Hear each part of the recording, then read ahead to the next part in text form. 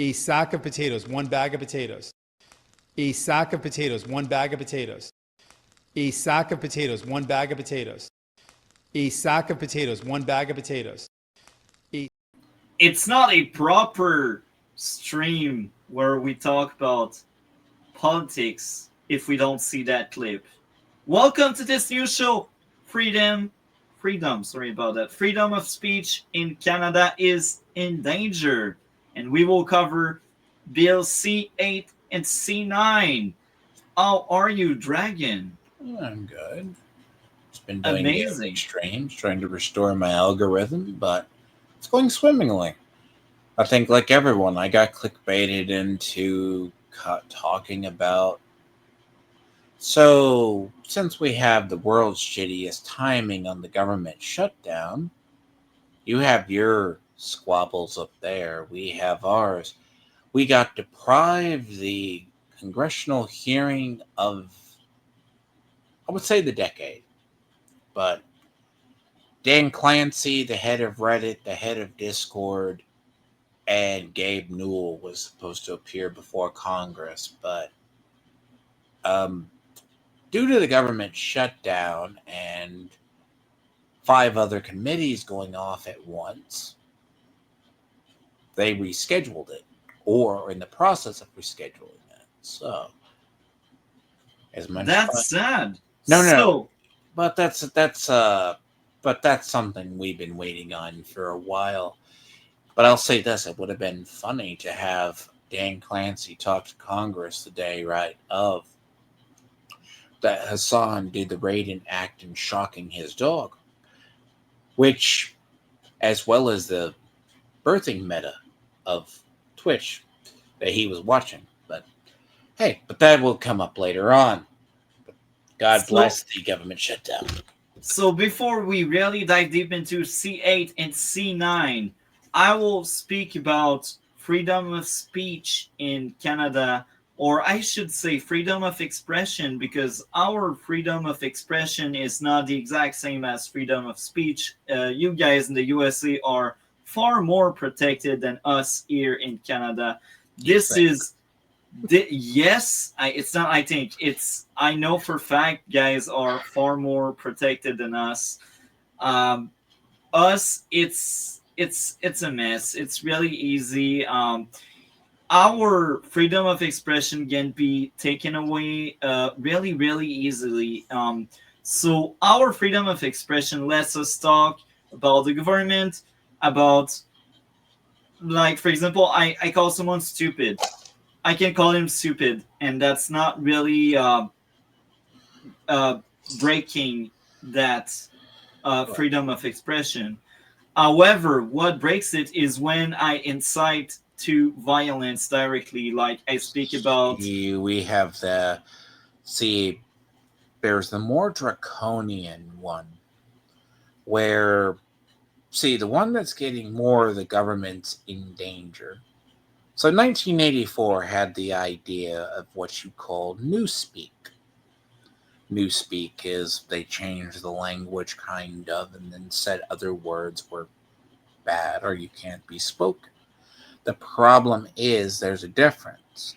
UK has been doing the whole thing of, and it's largely a process dealing with the collapsing of generations, or it's a cause and effect, because it's funny when you listen to usually what we say liberal politicians, I use them now because they're the ones in power. They go, we have, like, I had to go over a hearing. One person, like Amy Klobuchar, is like, she's describing all of this online hate groups rising, etc., etc. But she forgets to mention that they're partly responsible. Let's say, like in the U.S., liberals were largely foreclosing the asylums and changing psychological care, which led to softening treatment of autism in people with severe mental illness. That was a cause of something they started. They go, we need to solve a problem. So we go back and fix it. And to piggyback on that, here in Canada, the problem apparently is our freedom of expression. Uh, it doesn't protect the government. Therefore, the government want to make amendments like C9, and they want to empower themselves into shutting off any dissent, any message that doesn't align with what they believe in with C8. Well, So technically, the world's largest open air prison is either Australia or the UK.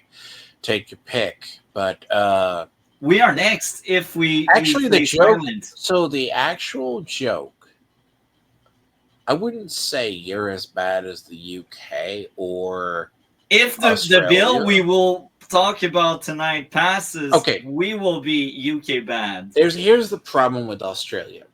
Australia has been described as it's an open air prison where everyone wants to be the warden and the guards. By that, you know what I mean by that, Multi? No. Everyone just becomes the new wardens or the guards, meaning that whoever they put in charge is basically either similar or just reinforces the regime or the belief system. It's a self-repeating prison style thinking, because all their politicians that get in wind up duplicating. In the UK, you're trying to see a newer, stricter UK order because hypothetically, you don't want to be called a racist. You can't use any racist terms. You can't be ableist. There's people in the UK because people make mean Facebook posts that seem ableist. They So arrest in the UK. They arrest 30% per day for tweets. or I mean, that's like a ministry of truth. But then again, you have cases in Canada where they were trying to, and I've seen this case, and it's more than one. It was a Nate. You can find this case. I'm surprised you didn't know about it. The father. So yes, you can join. No one stops you. The idea is of the daughter got told she was a boy, or she told them they were a boy, and she wasn't sure, so the school transitioned her. Or social transition, the father found out, refused to go by the pronouns, and your government tried to strip him of his parental rights. Yeah. Now, that was a very testy case that he wound up losing. In the US, we're not there yet. But up there, they can strip the rights because they try to throw the guy in prison for misgendering his daughter. It's like, that's my daughter, not my son. And she wasn't even sure about her gender because it's kids. She was like a 12 or 13-year-old. Seriously. Perfect. Did you Yeah. not know about that story? I didn't hear about it. That's We an also old had the story. nurse- Very old story. We also had the nurse recently. She got fired and then she got hired back, but she got fired because people complained of what she was saying on the internet, and that wasn't even like in person, but people were like, "Oh, you're doing bad stuff on the internet, so therefore we must remove you." And then she got her job back. Well, most jobs, by the way, Multi, do have a job clause where, let's assume you work for a company. You say something demeaning on social media, you can be fired. If you talk bad about let's say you're working for Bob's Packing Company. Dave is doing this, or bad boss, and you're complaining. They can probably fire you. Even in the US, they can fire you for that. Well, they check your social media when they hire you. Well, what she says, like she was a nurse for years, and on the internet she was like anti-trans, and apparently one of the trans person didn't like it, and They Oh. reported her and she got fired, but then she got reinstated because there was a lot of backlash being like, that's disgusting, that's bad, we are losing Well, freedom of expression. I And mean, there's a she got difference. reinstated, like she got her job back, but like for quite some time she was fired. I mean, It's I'll be ridiculous. very honest. A lot of the LGBT, the problem is not with the LGBT people. The issue is with the QIA plus people. Those are where everything is going to hell in a handbasket for them. Conservatives warned them years ago, and most normal people. There used to be a thing called the bi umbrella. The bi umbrella is what you call the bisexual umbrella. Everything, whether you like anything, was under that. They shattered that. That's how you wound up with the QIA plus or whatever. Yeah. So before we really dive deep, You're I talking will. about, but this is the whole thing. Yeah. You guys have that where people feel that if you misgender, you bully, Yeah. and your idea, that's where you get the ableism in. The ableism goes along with the racism. Yeah. If you, but So sorry, before we really dive deep into it, so we have freedom of expression, but we also have like the Eightful Act, or I don't remember the exact name, but what it says is if you say that person should die, you can be sent to jail. And there's always that attorney general. So basically the attorney general get to pick and choose all of the cases that will go further in the court. Like if someone is like, oh, I'm victim of a hate crime, then he has that hearing with the attorney general, and he analyzed the case, and if he realized maybe some harmful thing were done, then it will go to the court. And depending on the argument, the people, the witness, the testimony, and whether you're guilty or not, well, there's a case. I mean, And there's no difference in the U.S. It's like um, the Q Club shooting in I think Florida years ago, where the Muslim man blew up the gay people in the nightclub. He openly did that out of a hate crime. yeah, Now, just because a person takes out, like, there's been cases like before this year with a bunch of the yeah. trans shootings. But to get back to what I was saying, so as of right now, the people are protected by the safeguard called the attorney general. And sometimes there are some really ridiculous case, and You if have to someone feel prove like they that are was a clause, a part of it. shut up, D-Lord, okay, just let me Yes. finish. So the idea is, if it's deemed to be ridiculous, if it's deemed to not be hateful, then it doesn't go any further. And the safeguard is really the attorney general. And again, what's really harmful is if you incite to say that group of people should all die, or these people, they don't deserve to live, or I will do this to that group of people, then this open threats. So there are already laws that are in place to convict someone from threatening and inciting to violence, and that's part of our freedom of expression. Yeah. And it's already in place. But again, there's that attorney general that will make sure we don't persecute every single person saying something mean. Like if I call someone stupid and that person is offended, then they go at the attorney general and they say, but he only called you stupid, and the case will be dismissed. That's ableism. But Uh, and if the case is dismissed, then it's great. It's a case solved. But again, if you really incite to violence, this is when things are falling off. So but we will. traditionally, let me say this: traditionally in the U.S., when you have hate crime legislation applied or intent to purpose, you can commit an act, a violent act. And this happens, you see, in mass shooters. They go, oh, what's the intent? If your intent was not a race crime, we apply that to a stipulation, and that allows the federal government or other powers to get involved. It's also used an accelerated punishment. So if you say a white person shoots up a black club and kills black people in the club, and you say you did it because they were black, they're going to accelerate it, etc. Right? But you have to prove the intent in the U.S. that you intended out of an act of malice and racism or Yep. prejudice to do it.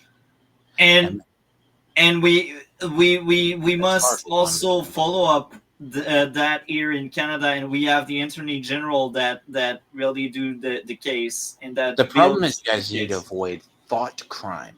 Just because someone online uses gamer words in Call of Duty doesn't mean if you say, "Oh, I'm going to kill you" in a video game, doesn't mean they're going to kill you IRL.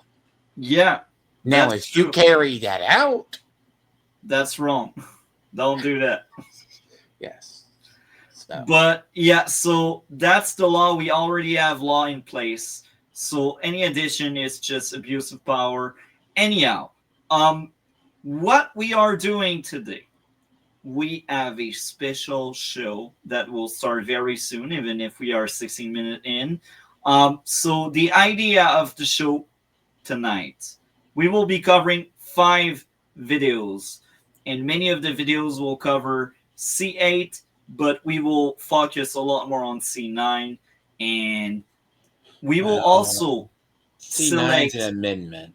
yeah, C8's a total bill. So, yeah, and we will also cover uh, the amendment and the bill itself, parts that I consider important to these two things, because that's a lot of word and a lot of sentence, and it's quite big. So I decided to just use important parts of C8 and C9. So let's get into the first clip of tonight. If Parliament passes bills C2, C8, and C9 in their current form. C2 is the Strong Borders Act. It should be called the Strong Surveillance Act. It empowers Canada Post to open letter mail without a warrant.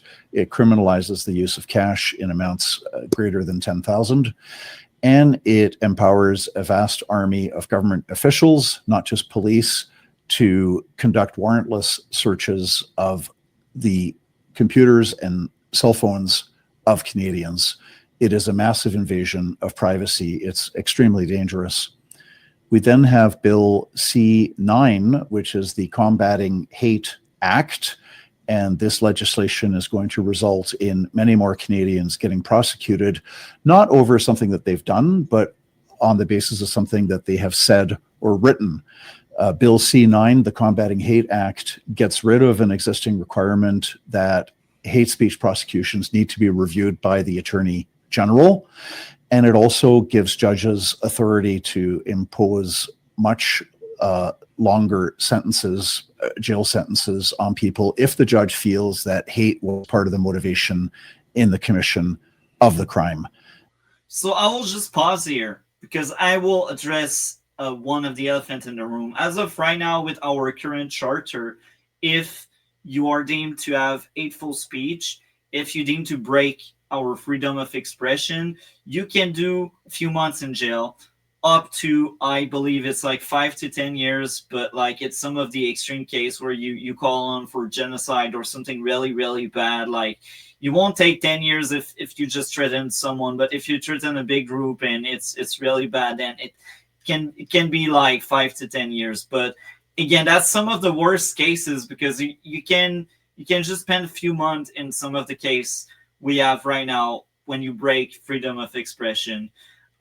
So that's why I mentioned that here, because he speaks about changing what we could spend time for saying bad things. The amendment could increase the amount of years in jail for something that's deemed like breaking freedom of expression, and that's really bad.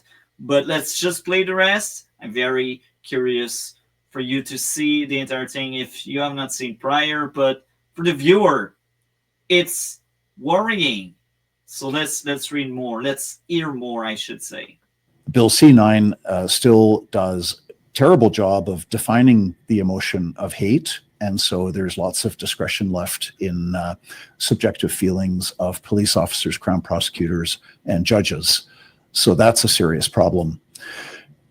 There have been warnings that the Online Harms Act, which prior to the last election was known as Bill C-63, might be reintroduced. If the Online Harms Act is brought back and passed into law, you're going to see the Canadian Human Rights Commission with massive new powers to prosecute Canadians over offensive non-criminal speech with penalties up to $50,000. You're going to see a Digital Safety Commission with a vast army of bureaucrats to enforce federal regulations that are passed in respect of the internet and internet contents. And you're going to see Canadians punished preemptively because their neighbor fears that they might commit a hate speech crime in future. The Online Harms Act would authorize judges to place Canadians under house arrest and wear an ankle bracelet in respect to curfew, etc. People who have not been charged with any offense or convicted of any offense. So preemptive punishment is actually part of the Online Harms Act. Now, last but not least, currently before the House of Commons, we have Bill. Preemptively, I don't know if you realize it. I think you do, but like for the viewer that don't realize it, that means my neighbor, if he doesn't like what I say or what I post on the internet, it could be like, commission, my neighbor is dangerous, my neighbor is outright, my neighbor is far right, it could be dangerous, boom. You're already considered a criminal without doing anything wrong. It's just someone is scared of you. It's ridiculous. They call that you call that snitching with a thought crime. In Banana Republic, in Soviet-style Russia, they do the same. You did not fear. It was more or less, party of people who wanted to toe the party line would basically snitch on their neighbor. Now, in a lot of it, it sounds weird in Banana Republics because that's loyalty to the party at hand. So when you talk about that they don't need a secret police, because yes, they had secret police in Soviet Russia and other places. But largely, if you get a state or a society that would, where, the neighbor tells on each other out of fear, then it solves the issue. But that's like the weirdest extreme conditioning where a general ideology controls or has sway. And we had something very similar during COVID, but it wasn't like prison time or jail. It was more like fines, and I think that's as far as wasn't it your buddy Trudeau during lockdowns having tea and other shit when it was COVID? Yeah, like I remember the party. He was saying, everyone, look, you need to stay home, and then he would go to his he would go to parties somewhere. Yeah, exactly. They happened in the U.S. too, by the way, just amongst the rich. I'm sure that was a Democrat. F them. Let's do this. C8, the Cybersecurity Act. This gives federal cabinet ministers the power to kick individual Canadians off the internet. The Cybersecurity Act also allows the government to acquire subscriber information and to designate any company as a designated operator, impose all kinds of rules on that company. It gives the cabinet ministers powers to demand information, which must be turned over, and provides for, expressly says there's no compensation to any Canadian individual or company. And I will say this. There are already things in place where if you get a warrant, you can access that as the government or the CRP, which is our FBI, like the Monties, I can't remember the exact Probably word, the but Mounties. yeah. So we already have that, but the big difference is you need a warrant. You need to go before a judge. You need to bring proof, burden of proof that there's something sketchy, and then with that, the judge will sign a warrant, and with that warrant, you can access the intel you want. And again, that warrant is essential because if it goes to court, they will use that warrant to prosecute to go after you, Prosecute, basically. yes. Yeah, and Well, it's always going to be the first stage. You got to prove that there's something wrong going on. Yeah. because here's the thing. Like as I was telling you before, in the U.S. we have stuff called FISA warrants. So, like when you think back when they wanted to prosecute Trump as an enemy of the state, they needed all these documents to prove, and they go, "Okay, we're going to go to a FISA court. We're going to say, okay, We have something similar. Yeah. we need to say Donald Trump is basically, we believe, they took like the FBI and everything, and we're like, this was like, oh, we're going to have you be like this enemy of, like, they go, oh, we believe such and such is acting terrible. All right. But here, in only the worst case, you need that FISA warrant. So It's the same here. And again, C8 they want to give that power to government without a warrant. So that means there's no way you can defend yourself against that. If it goes to court, you cannot prove someone did something malicious because there's no proof, there's no warrant, there's no paper trail. The warrant is also a paper trail. If you got a good lawyer, they can flip that warrant against the state and like give you a lighter sentence or something like that. So again, the warrant is so essential to protect the citizen from abuse of power, and CA does want, or it does try to take away the need of any warrant. Which we had the disgusting. only time in the U.S. we've ever had anything similar. The problem is to get a FISA warrant, like everyone talks badly about the Patriot Act post 9/11 with the NSA. Yeah, they could technically tap into anything, but if they ever needed to make a case and it came up that they were using improper evidence, those people got cooked, because you can't prove that Muhammad was actually planning to build a car bomb, turn a car into a bomb, and blow up a place in the middle of downtown Manhattan if it came out that the information came from a wiretap that was illegal. So it's like, ooh. It becomes really weird when you do cases like such. Now, the problem itself is if a nation reaches thought crime level, or you need to in the worst case scenario, that's where your problem lies. Where if the state can degenerate into enough, let's look at like modern Russia.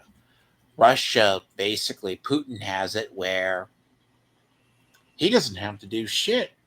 Yes, he has secret police who can come sweep you up and occasionally knock people who knock him out on boats and they have boating accidents. But there's more or less your neighbors tell on you because it's loyalty to the state. Or you're speaking out against the regime. You see that in banana republics, like in Latin America. Now, worst case scenario, you get that up in Canada. But you need a populace that is that far gone. Yeah. And the question is, are you there?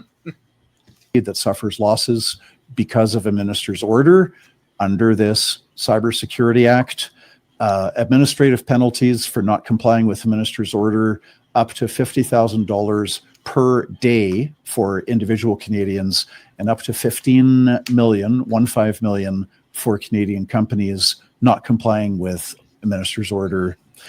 Now, theoretically, a Canadian who is kicked off the internet can go to court, but for that you need $100,000 in a bank account to be used for litigation that's going to drag on for years. So practically speaking, there's not a real remedy available if under Bill C-8, if a federal cabinet minister kicks a Canadian off the internet.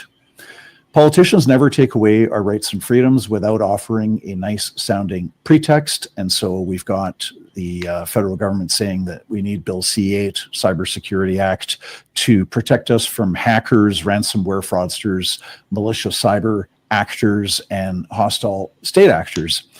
Now, and of course, the sacrosanct national security and public safety, which of course every Canadian supports. The fact is that hacking into someone else's computer system, causing damage, are already criminal offenses. The powers are there already for the government simply to enforce the criminal code. Giving the federal government, giving federal cabinet ministers power to kick Canadians off the internet is not necessary for protecting public safety or defending our national security. And I'll add more to this. Imagine you are in the middle of your campaign and you want to keep your power on, and you know, as of today, 2025, people rely so much on the internet. People rely so much on having access to a cell phone. It's part of a lot of people campaign. It's part of our livelihood. And what do? You are in power. You have political opponents. You have the opposition, and you don't want them to get involved. You shut them off from the internet. And because of that C-8, you have the power to do so. It's dystopian, but it's coming if it passes through. And it's scary. Coming, it's potential, because let's take the case recently, I say recent times, but it's pretty close. You have two examples of very similar stuff happening in governments. Under Putin's first run as president, when he first ran, he did not run as he was. He had a running mate. Now, everyone knows later on Putin was at KGB and wanted power and solidify what his dreams were. His vice president tried to run against him. So he changed not only the speech laws a little bit, he changed the election laws. So he eventually had measures to keep the man off the ballot after his vice president wanted to run against him. The other case, let's say very similar, was when Trump was running for the first time. Around September or October of that year, about 2 months before the election, I remember this report. Obama's State Department wanted to do a Russian probe into candidates and into stuff. This was after Obama had been... He thought the Cold War was over and Russians started meddling with us on a very big scale. And he thought Trump was an enemy of the state. So he had a memo drafted to go before the FISA court and everything else to try to get Trump stained or convicted where he couldn't be elected. Now, ultimately, his opponent was Hillary Clinton, but by far she had 150 FBI agents up her ass investigating the Clinton Foundation. But you have these examples of where you try to use an apparatus, but it's very hard to use with the FISA court in the U.S. to get people deemed that way. Worst come to worst, that can happen in Canada if you want to retain power. So it sounds weird, but a lot of those FISA warrants turned out to be false. But I mean, people said, well, it was just going off leads. But in a modern, unless you have legislation that you can prove someone's bad, but then again, your court did uphold Trudeau's use of the Emergency Act. And as I said during the trucker thing, that was your last gasp of freedom up there. That's true. Because after that, we all said if the government upholds the Emergency Act, it's going to open the door.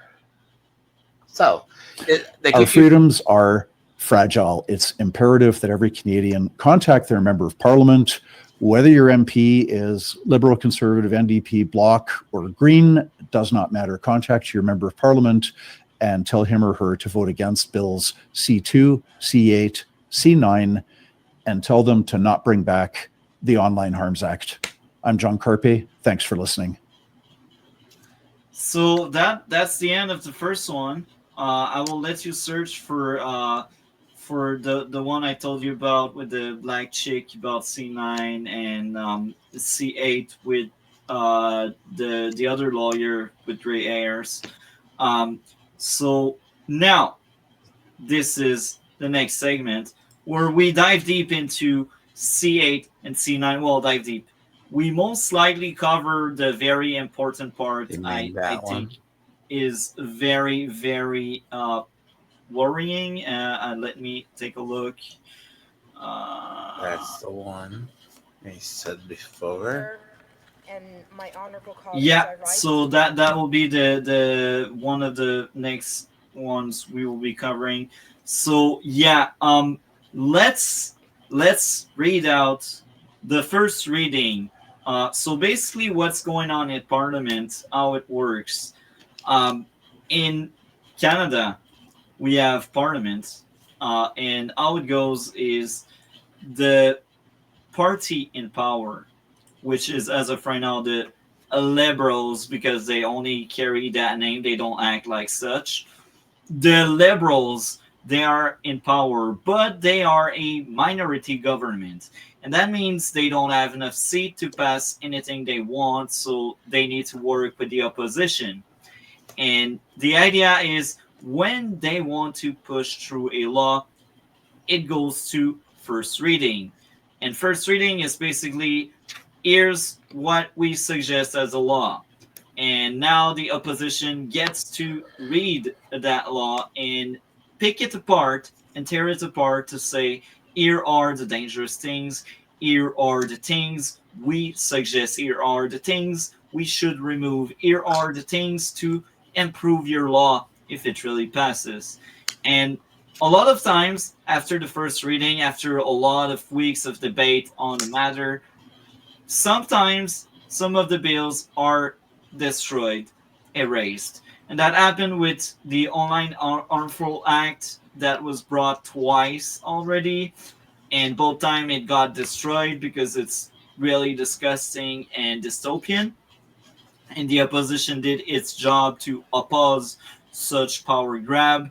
So as of right now, C8 and C9 can get that same outcome, being destroyed and erased. Hopefully this is what we are getting, because this is outrageous that some people that pretend to be liberal push for that kind of stuff.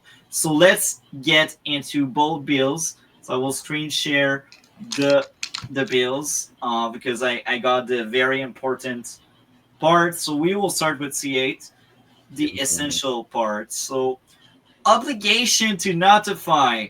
The minister must, within 90 days after an order that includes provision prohibiting the disclosure of its existence or some of all of its content is made under section 15.1, 15.2, notify the National Security and Intelligence Committee of Parliamentarian and the National Security and Intelligence Review Agency of the making order. So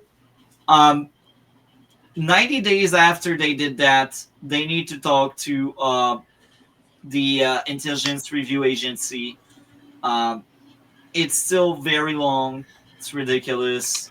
Uh, do you want to add something on that first block? No, I mean, a lot of this without going through it. Like, I mean, not your style, but more my style, is you would go through it because what that does open a little bit more of an issue. A lot about bring up what in the Online Safety Act, it's not a problem. The issue itself is who's in power and who wields the curmudgeon that's going to beat the person. Because there's been a lot of stuff that Democrats, for a while, like under Pelosi and them, thought they had government on lock. For years, they didn't think they'd ever lose it. They changed the filibuster rule. Okay. Yeah. Where like, oh, that's going to beat you over the head. But a lot of this, granted, even in the U.S., we would oppose it because do you really want that as a tool in your toolbox? Because a lot of the problem with C8 is the way they're doing it. If you put power into somebody, there is the potential it can be abused. Yeah. There's not the guarantee it will be abused. But a lot of times it's usually the matter of time before it happens. And that's a problem with a lot of C8. And if that's in the issue in C2 as well. C2, of course, has more. It's all about if you can violate it. That's not the worst part. I mean, a surveillance act is nothing new if you already are. I mean, if you're trying to update a law, as an example, let's assume we want to update Section 230. People are talking with the censorship laws in the U.S. We need to update the FCC codes that established 230. And we established all of that. That would be changing it. Now, C8 both has this, but it also has the monitoring. Now, the downside is in the wrong hands, it will lead to abuse. Yeah. So, and we've seen time and time, especially with the Emergency Act. With the truckers, what? Basically, Trudeau deemed the truckers an enemy of the state. Yeah. And then froze their assets. They were still having issues and still prosecuting people. Yeah. I mean, and in the bill, it's supposed to give, as I said, there's clauses that people talk about that you can use to monitor and cut off people. But there's also the process you have to deem that sewer Bill that lives in the middle of nowhere is deemed that you can cut them off from the internet. And again, if we had a warrant, if we had a solid case, if there was a paper trail, maybe I would be like, okay, you know what, that's fine. But there's no paper trail, there's no due process, there's no warrant, and they can simply tell Rogers or TELUS, you know what, don't provide that person any service, phone service, or internet service anymore. So they basically, the government can basically cut you off, without any like paper trail behind, and that's really disgusting. So let's read contravention of unpublished order and certificate. No person shall be convicted of an offense consistent of a contravention of an order made under section 15.1 and 15.2 unless it is proved that at the time of the alleged contravention the person had been notified of the order. So basically, I think I might be wrong, I might misunderstand, but what it says, you won't be able to defend yourself,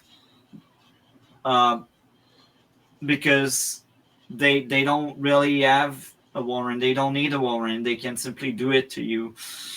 I might be wrong on that. I mean, worst case, if they don't have the warrant and they don't notify, if you're in the middle of bumfuck nowhere, you're going to tell me that they get a warrant and they tell you, let's say you don't check your phone, you just go to your house and they go, oh, you find out, they go, hey, honey, why is the internet not working?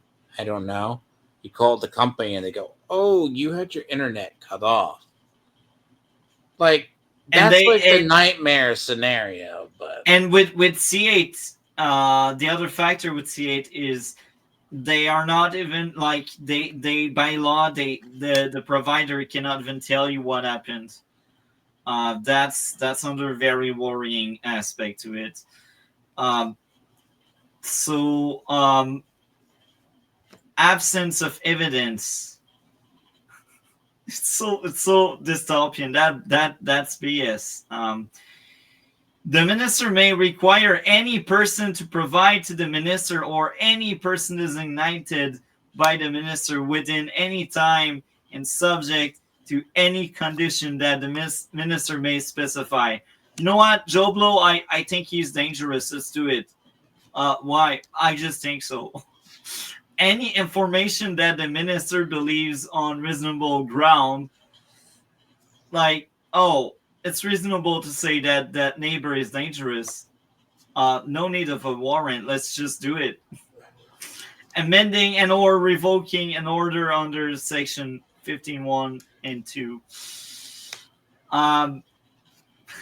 See, as I said, a lot of this is when you're reading a law, you have to look it up from what the section is, because a lot of these, see, I'm more used to this. So a lot of this, it's like C8's a bigger, but it's not a monstrous one. You can definitely read through it. I mean, this is just the proposal. So half of this is just amending an already there or changing it because the telecommunications. Because bear in mind, a lot of this looks like this is an update to the already one you had. You may have to correct me if I'm wrong, from a couple of years ago. Wasn't it C19? C19 a couple of years ago that prioritized Canadian C18. That's C18. Yes. Yeah. So C8, I knew it was one of them. C8, yeah, that one's bad. But if the governor in council believes on reasonable ground it is necessary to do so to secure the Canadian telecommunication system against any threat, including that of interference, manipulation, disruption, or degradation, the governor in council may, by order and after consultation with the person the governor in council consider appropriate. You see, I think in idea A is already outrageous and B is also outrageous, and the reason is it can be aimed at specific people and you don't need a warrant. You can just snipe someone and say, you know what, take that person off the internet.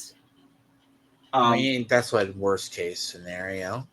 Yeah. I mean, worst case scenario, that's what it opens. So the thing about this is, let's say you compare it to how we have in the Patriot Act. Like, if you read the Patriot Act, everyone thought it was like, oh, a Patriot Act or contract with America back in the day by Gingrich and them. Or contract on America, as the joke was. We had several of them. The controversial idea is, the reason why you oppose the Patriot Act is because of, X person in power is going to come after you and use it, right?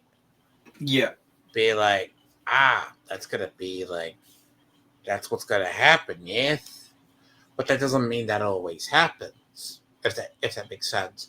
Yeah. Because for us to combat terrorism and Islamic extremists post 9/11, it was only used, but that was government power, so we could monitor Ahmed or Muhammad, who was trying to attack people. And we never had another 9/11 after that for many years because we kept monitoring them. So, but it came at the cost of a little bit of a potential that the state could peek in on you. Now, realistically, we have an actual responsible governorship and responsible government that just doesn't crack open into. Americans are very adverse to Big Brother, but we also have faith that, like, to get like the FISA courts to approve surveillance on Trump, they needed the Steele dossier, which was already kind of false. They had to have 4 or 5 major documents even to get that FISA warrant to work.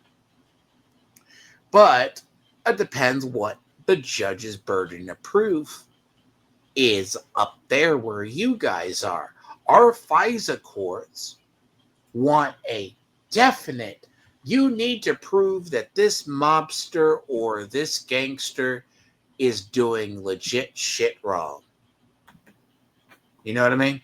You gotta Yeah. prove it. Usually, to get our warrant, it's the same trap, and that's why they want to make it easier for them to do abuse of power. But I mean, it opens Disgusting. it opens the door, because I think the downside with you guys is you have what is like a weaker NSA.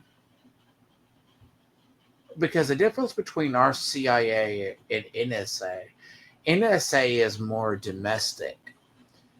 Now, the big problem is you're taking in a lot of Muslim people.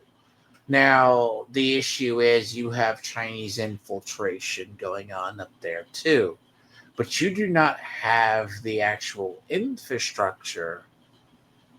See, we have the NSA and we have the FBI, which allows for, in other agencies, it allow for monitoring. Yeah. If we ever have to find these people. Because up there, you're taking an influx of largely Indians and Muslims. Now, the problem itself is the ones in the West and others do, if they're in the Arabic or Muslim persuasion, have a tendency to be extremist. In the worst case, you're trying to monitor for Chinese agents, which we recently just found another agent inside. That was a story this week, by the way. Oh, yeah, I'm not surprised.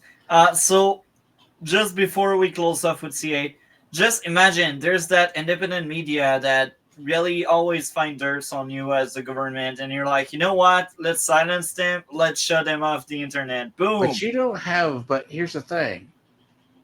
You don't have anything like a Bill of Rights that protects the freedom of the press. See, that's the big thing.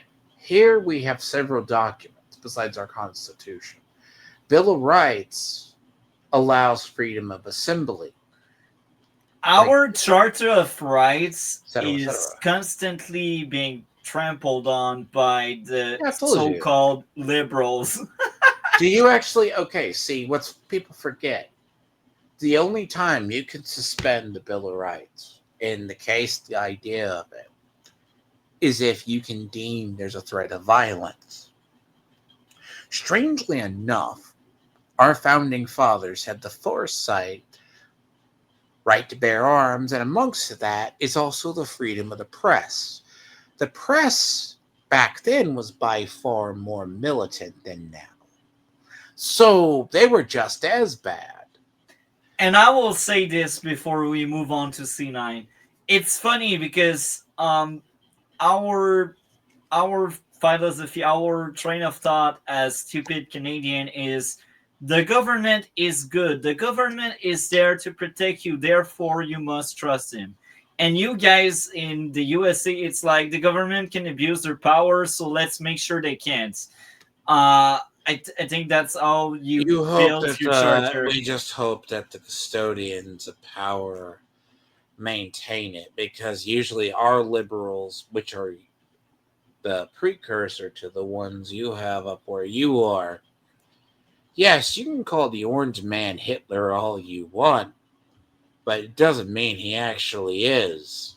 So the idea is, in the US, we always fear tyrannical power.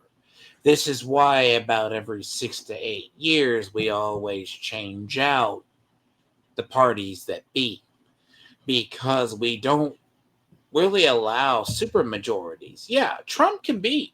Look, don't get me wrong. Democrats have screwed the pooch so much. The faith in them is anything but. It's all up to Trump to prove he's not. Like, they can go, their only thing against him is they can go, he wants tyrant power. He wants this. But we can go back as moderates and conservatives and independents and go look at the Biden administration. They wanted totalitarianism. But we can go back and look at the presidency back to Obama. People forget our president can be a tyrant. Our federal government, as I stated the other day, in the censorship. This is the next wave, and you're probably going to see it up where you are, but our stuff, our federal government has power. Our presidents have power. But if they don't abuse that power, they use it responsibly, yeah, you can't really say shit. Because if our president wants to mobilize the military for an operation and finds a way to justify it, unless it's doing something, he or she can do it. Okay, well, now let's get into C9, the thing that trample on our Charter of Rights with the freedom of expression. So let's do this. In this section, hatred has the same meaning as the subsection. Clarification. For greater certainty, the commission of an offense under this act or any other act in Parliament is not, for the purpose of this section, motivated by hatred based on any of the factors mentioned in subsection 1, solely because it discredits, humiliates, hurts, or offends. Offends! If I call someone stupid, he is offended. That's enough to be deemed a freaking hate crime now. Saying It's not someone is explicit. stupid. You still remember, you still need to bring charges. The problem itself, and this is in the US, you guys have up there for years what is called a section of harm reduction policy. Now, harm reduction usually applies to drugs, but as applied as a philosophy by liberal ideology or progressive ideology, it means to reduce harm of anything. But when you have roughly a soft, I'm not saying we need to have, okay, part of your thing that I think C8 wants to do, and it's either C8. Now it's C9. It's C9. No, it's either C8 or C9 wants to do, is you want to go to the 3 strike laws. That's a bad idea. We could tell you that in the US. The 3 strike is another entire other thing. But the thing about, like, I guess that's another. But see, on this is, you have to understand, in modern liberal ideology as it stands now towards the neoliberals and the others, US, we don't have that. You could still call someone autistic. See, prime example, I'm 40. Gaming words, a Call of Duty or Battlefield lobby, we would tell someone to go suck something, or you're autistic, or you're stupid, or you're retarded. Oh, no. But modern terms, you can't call someone retarded. You can't call someone autistic because that would be ableism. Now, under companies, you can still be reported for that. You're not banned unless you're in Riot Games or Marvel Rivals, but it happens. The problem is ableism. That falls under ableism and discrimination. Yeah. So now let's do the rest because it's so infuriating, it's so frustrating, it's so disgusting. Let's do this. Limitation 4. No proceeding shall be commenced under subsection 1 by way of indictment if the included offense may be prosecuted only by way of summary conviction proceeding. Um, it leads already to a case when you offend someone. This is basically what it means. So, Maximum penalty, which is crazy. Everyone who is found guilty of an indictable offense under subsection 1 is liable to a term of imprisonment of not more than 5 years if the maximum term of imprisonment for the included offense is 2 years or more, but less than 5 years. So basically, it's if you're deemed less than 5, it's 2 years to 2 to 5 years. So they really want to keep you in jail. Now, B, 10 years if the maximum term of imprisonment of the included offense is 5 years or more, but less than 10 years. So they based on my understanding, and I might be wrong, but they want to always push the maximum sentence they can. So if they say it's 6 years, it will be 10 years. If they say it's 2 years, it will be 5 years. It's ridiculous. no, the thing is, well, okay.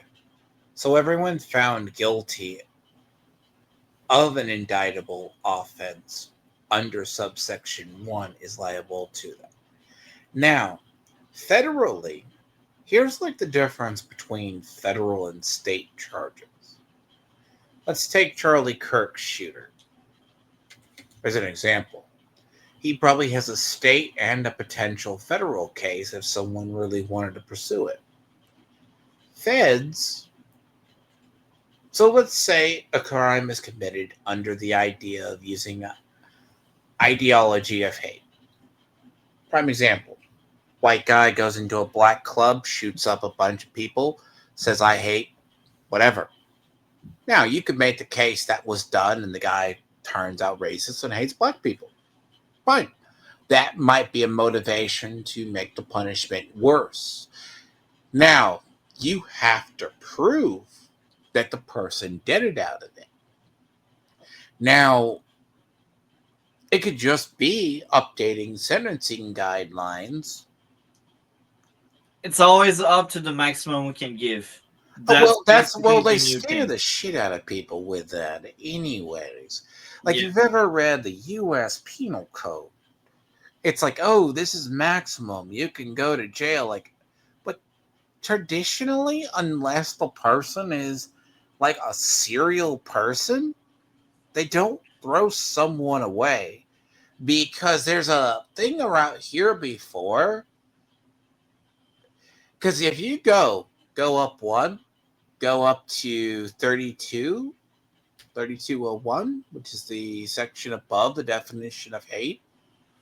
Everyone who commits an offense referred to in this section as the included offense under this act or any other act of Parliament, if the commission is included in the offense, is based on race, national, or ethnic origin, language, color, religion, sex, age, mental or physical disability, sexual orientation, or gender identity or expression is guilty of indictable offense and liable to the punishment under subsection 5, or be found guilty of the punishable summary conviction.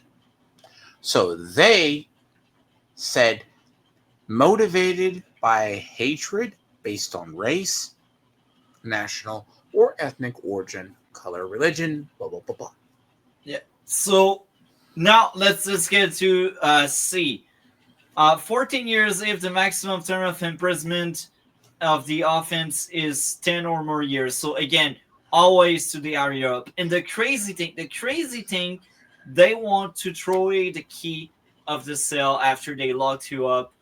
And if it's more than 14 years, you can get life in prison for saying someone is stupid on the freaking internet. It's nasty. Like, who can pretend they are the party of the freaking Charter of Right if we have freedom of expression in our charter and that C9 BS want to change it so they can lock you up for life for speaking out? It's so stupid. And the worse than that, some of these stupid liberal voters, they freaking believe in that and they defend this shit. I said it. I mean, Canada is doomed.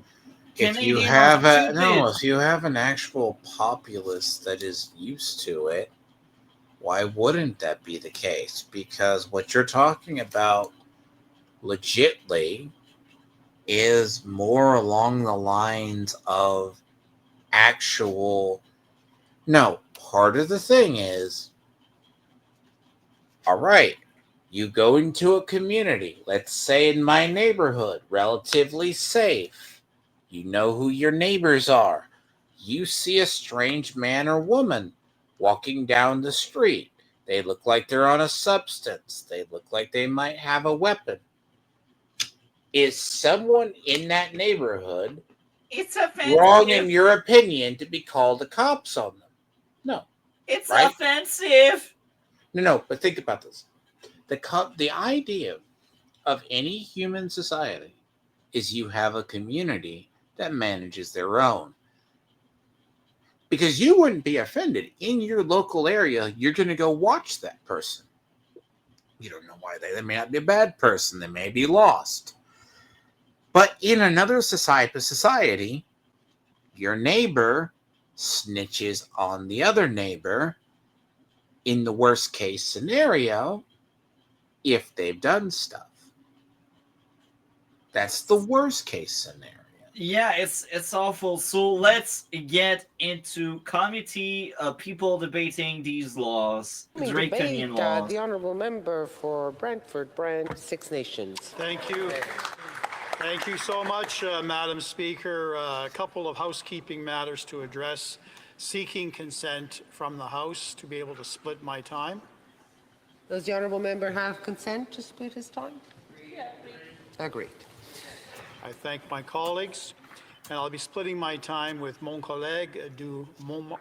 My colleague, the member for Montmorency-Charlevoix. I'll have to work on my French. So, Madam Speaker, it's always a pleasure to rise and speak on behalf of the incredible residents that put me in this incredible position to represent them in the House of Commons. Today I rise to speak to this government bill, Bill C9, the Combating Hate Act. Let me begin where I think all of us in this House can agree. We support the objective of protecting vulnerable communities from the rising levels of hate and extremism that we see literally daily in this country. We support giving police and prosecutors the tools they need to keep Canadians safe from coast to coast, in their homes, in their schools, in their places of worship, and in community spaces. But, Madam Speaker, the bill itself is currently flawed in its current form. It cannot go ahead as the Liberals have drafted it, and it is my duty today to explain why. first we need to talk about timing. Where was this legislation almost 2 years ago? We are about to not celebrate, but to approach the October 7th massacre in Israel. So where was this government in terms of advancing legislation? Because literally overnight we saw an expansion of hatred directed towards Jewish peoples. And it wasn't in just large cities, it just penetrated the entire country. Jewish Canadians were targeted in their communities. Students were harassed simply for going to school. Synagogues across this country were being shot at a regular basis, being firebombed. They had to increase their level of security. Where was this Liberal government to address these criminal acts?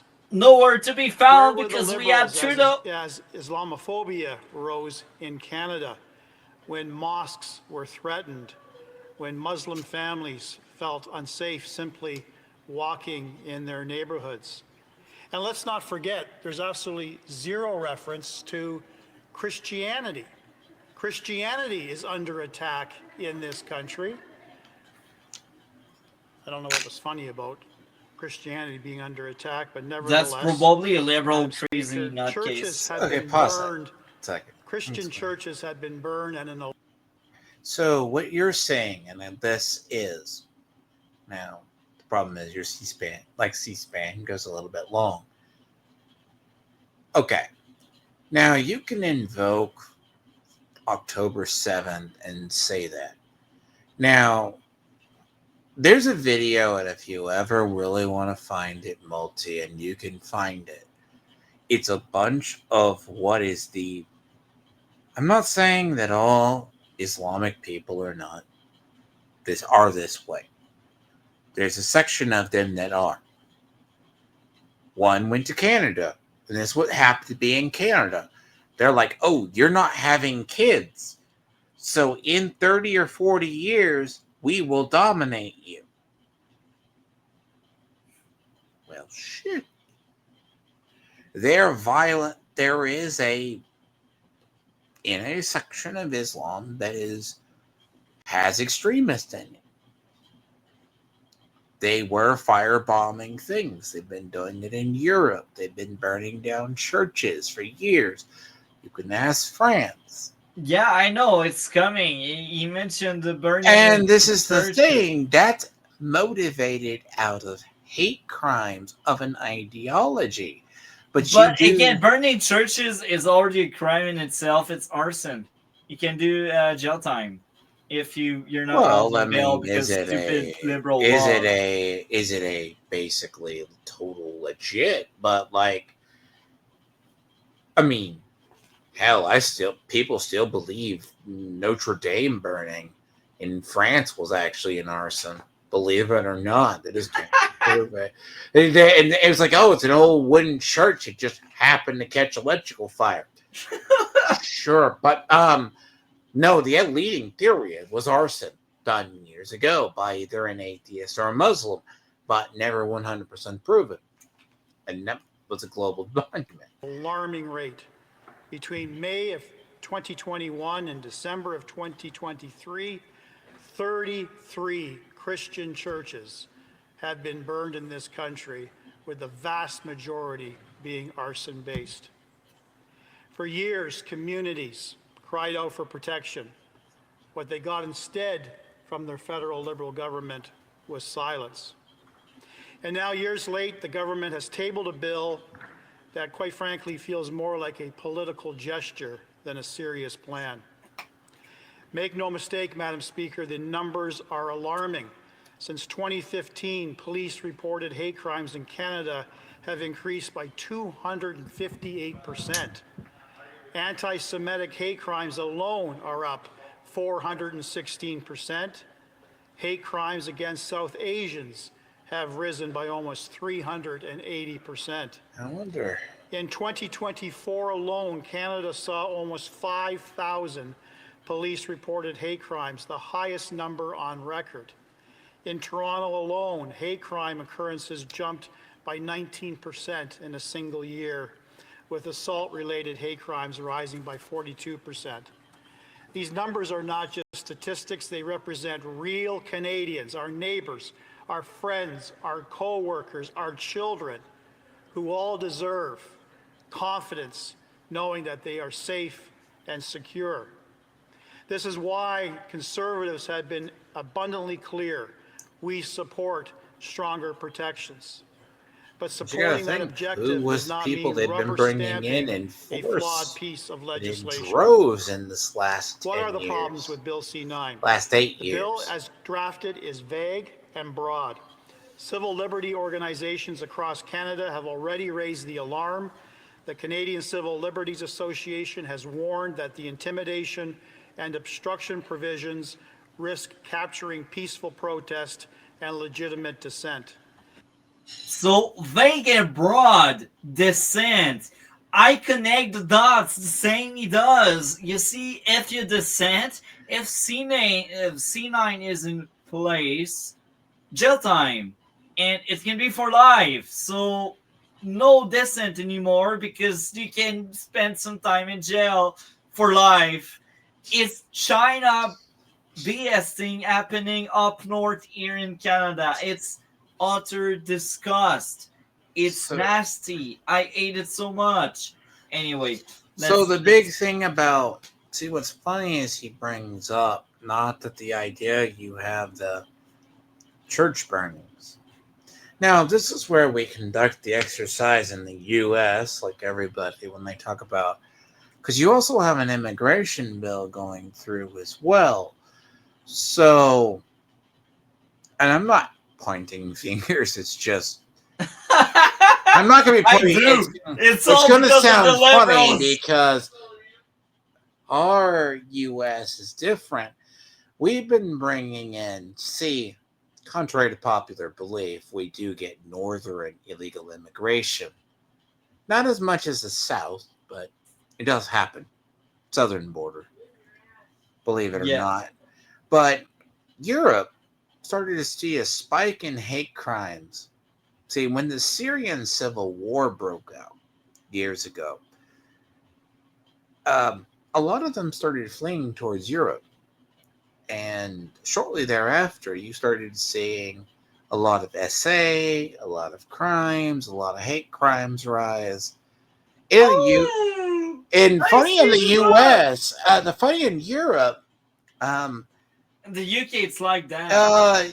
Germany was one of the first, and even to this day, I think last year, a non-motivated man out of family pride shoved a truck, weaponized it, shoved it into a fruit stand and into a building, and tried to honor kill someone inside the building. So the German media reported it as crazy man rammed a truck into a building, and neglecting the part it was religiously motivated by the guy. And you got to think about who you're taking in. In the U.S., we've been taking in a lot of Venezuelan migrants, a lot of Latin American migrants over the last decade. Some have been violent, and those are the ones getting deported by ICE and other things. So up there, you're probably getting a special variety of people who are problematic to your population, and you're seeing what we are starting to see in places like Dearborn, Michigan. Dearborn, Michigan has an entire council of mainly Muslims, similar to Utah, which has a lot of Mormons. But it's the exact opposite. They scream Islamophobia and other things, but they can't prosecute us. But they have things. So if you're seeing a rise in a new population coming in with violence, there might be a trend. That sounds weird. But No, it doesn't. I like it. as I said, and you wonder in the U.S. why we've been trying to get our illegal immigration underneath a well enough heel of control. Biden just allowed in about 4 million Venezuelans. Okay? Not all of Okay. them are good people. But I mean, I live in Texas, right? So in southern border, we already have our share of cartel violence. Again, bear in mind, securing borders is something we've asked for. But then again, what you're seeing in the potential part of this bill, it means well, but largely you need the means to control it.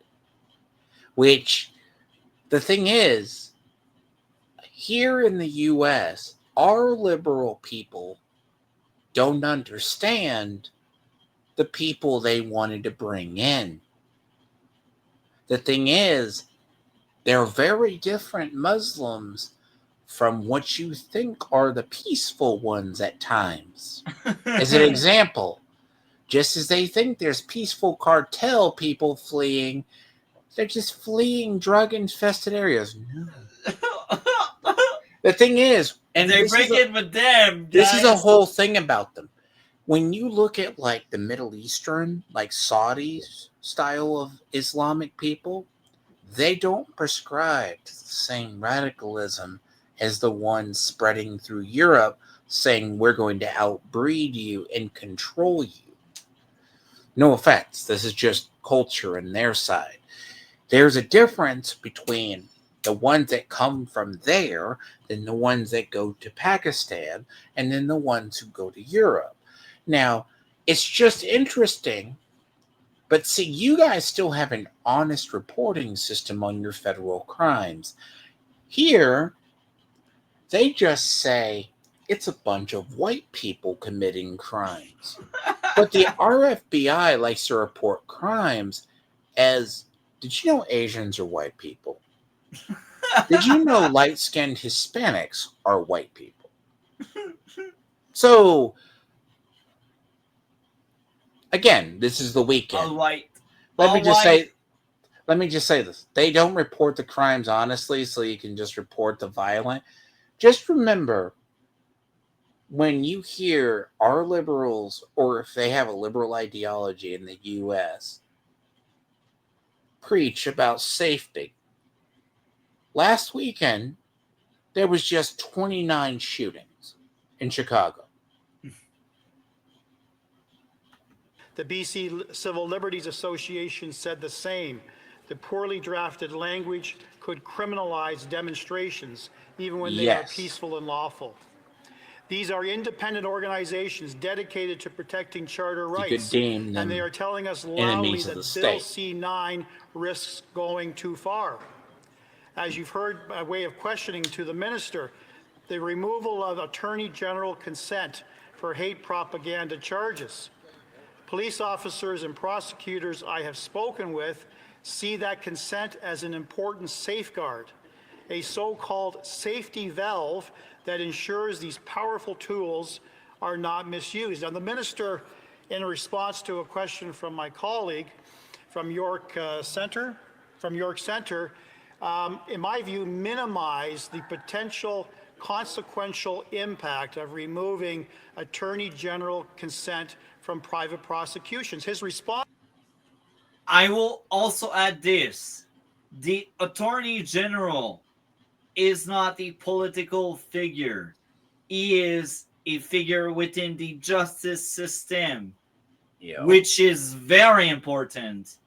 Because if you take him out and you replace the guy with the government, then you can politically drive.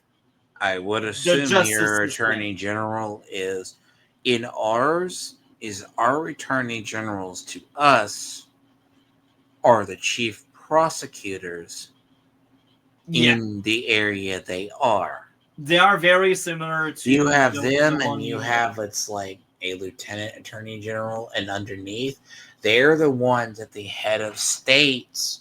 Like every state has an attorney general as well as a lieutenant attorney general, where The same goes here in Canada. they're basically the chief law enforcement officers for the state next to the DOJ, which is at the federal government.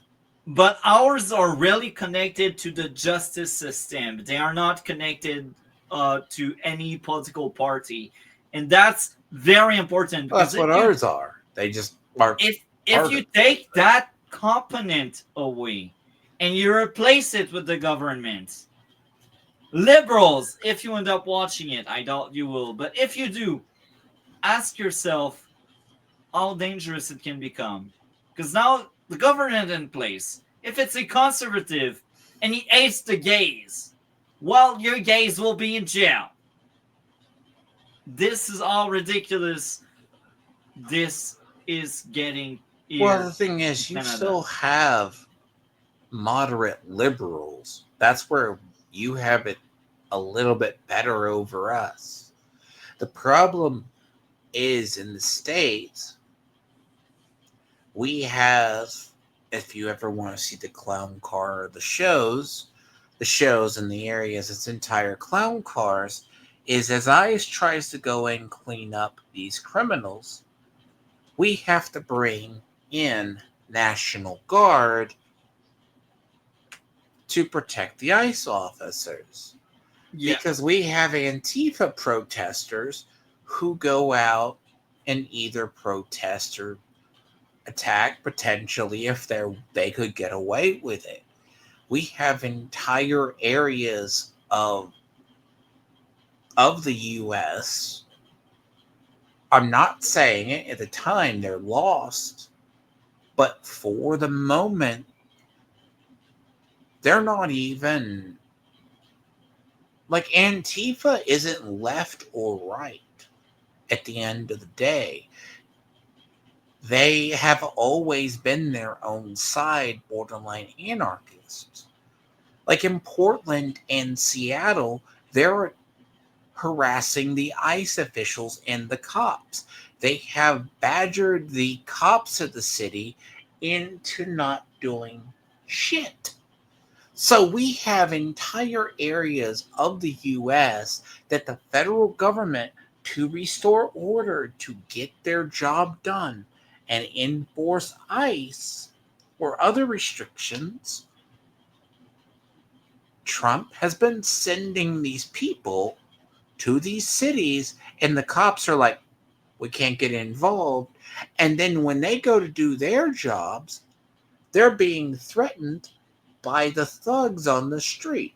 As I said, Chicago last weekend, knowing that ICE and federal agents were incoming, just casually had a decreased number of shootings of 29.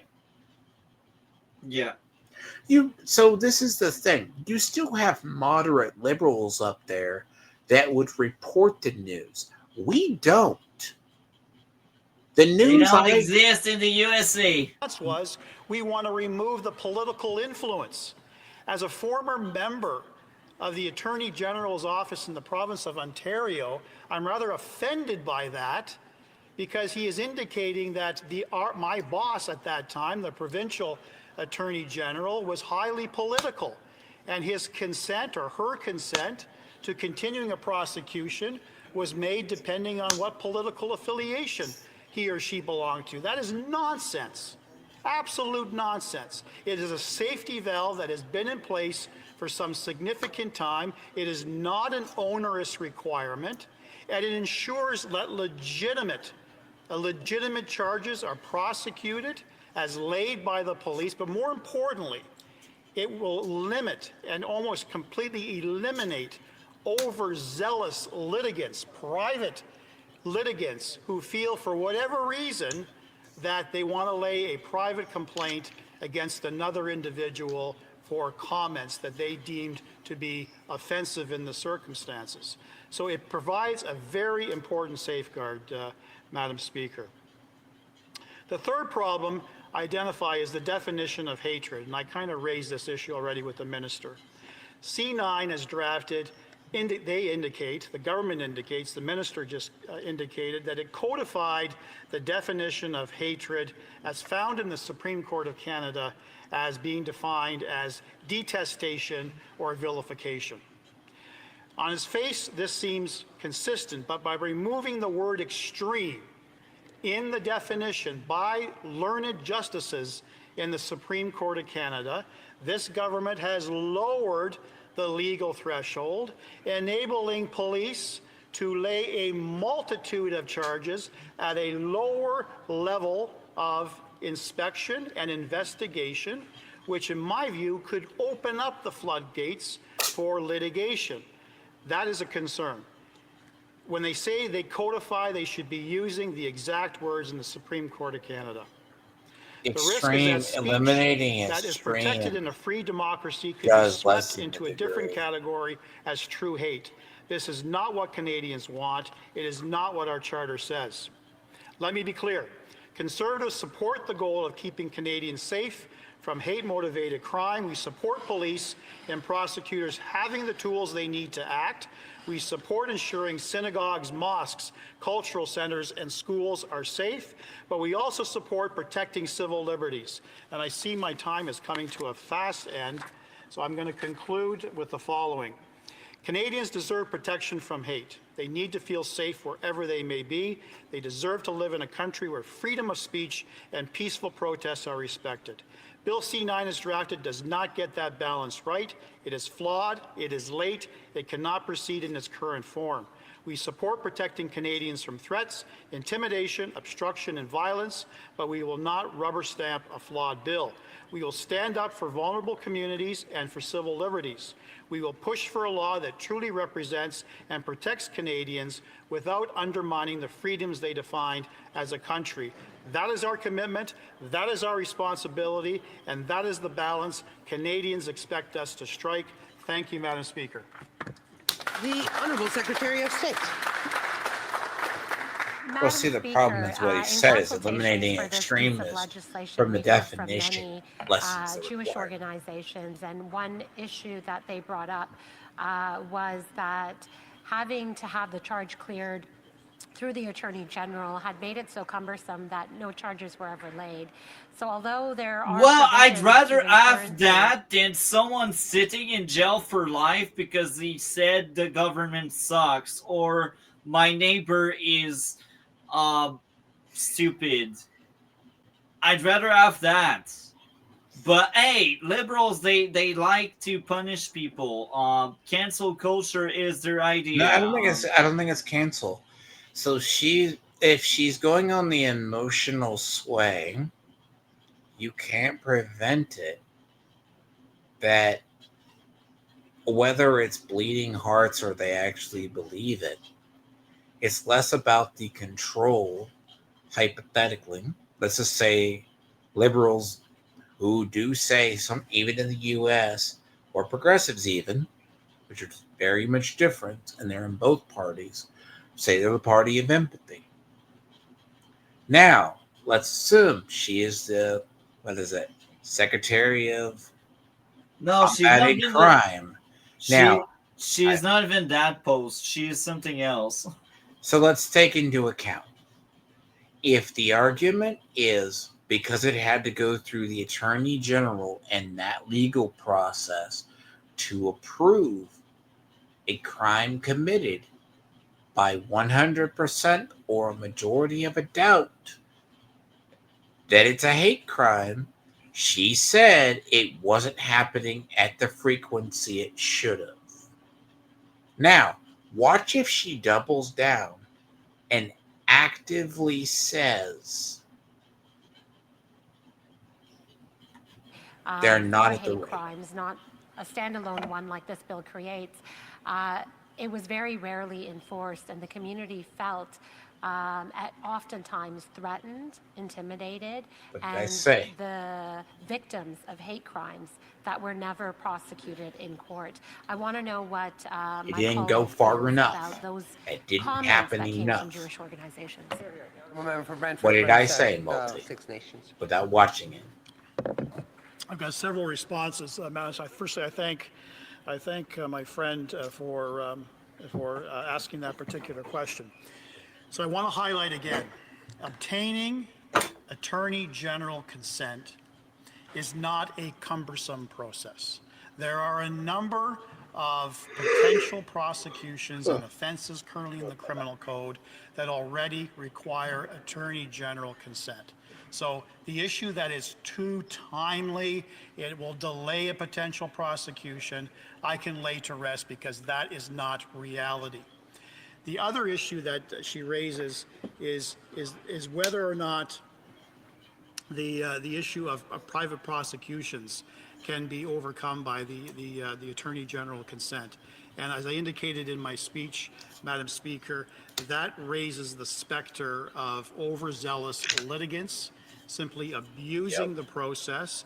The Act is currently stated that this particular form of hatred needs to be attached to another offense of any other act of Parliament. So that could include our political opponents under the Elections Act. There could be numerous examples where things that are said under the guise of freedom of expression can be determined by a political opponent to be vilified or somehow a detestation element, and therefore they want to proceed with the prosecution.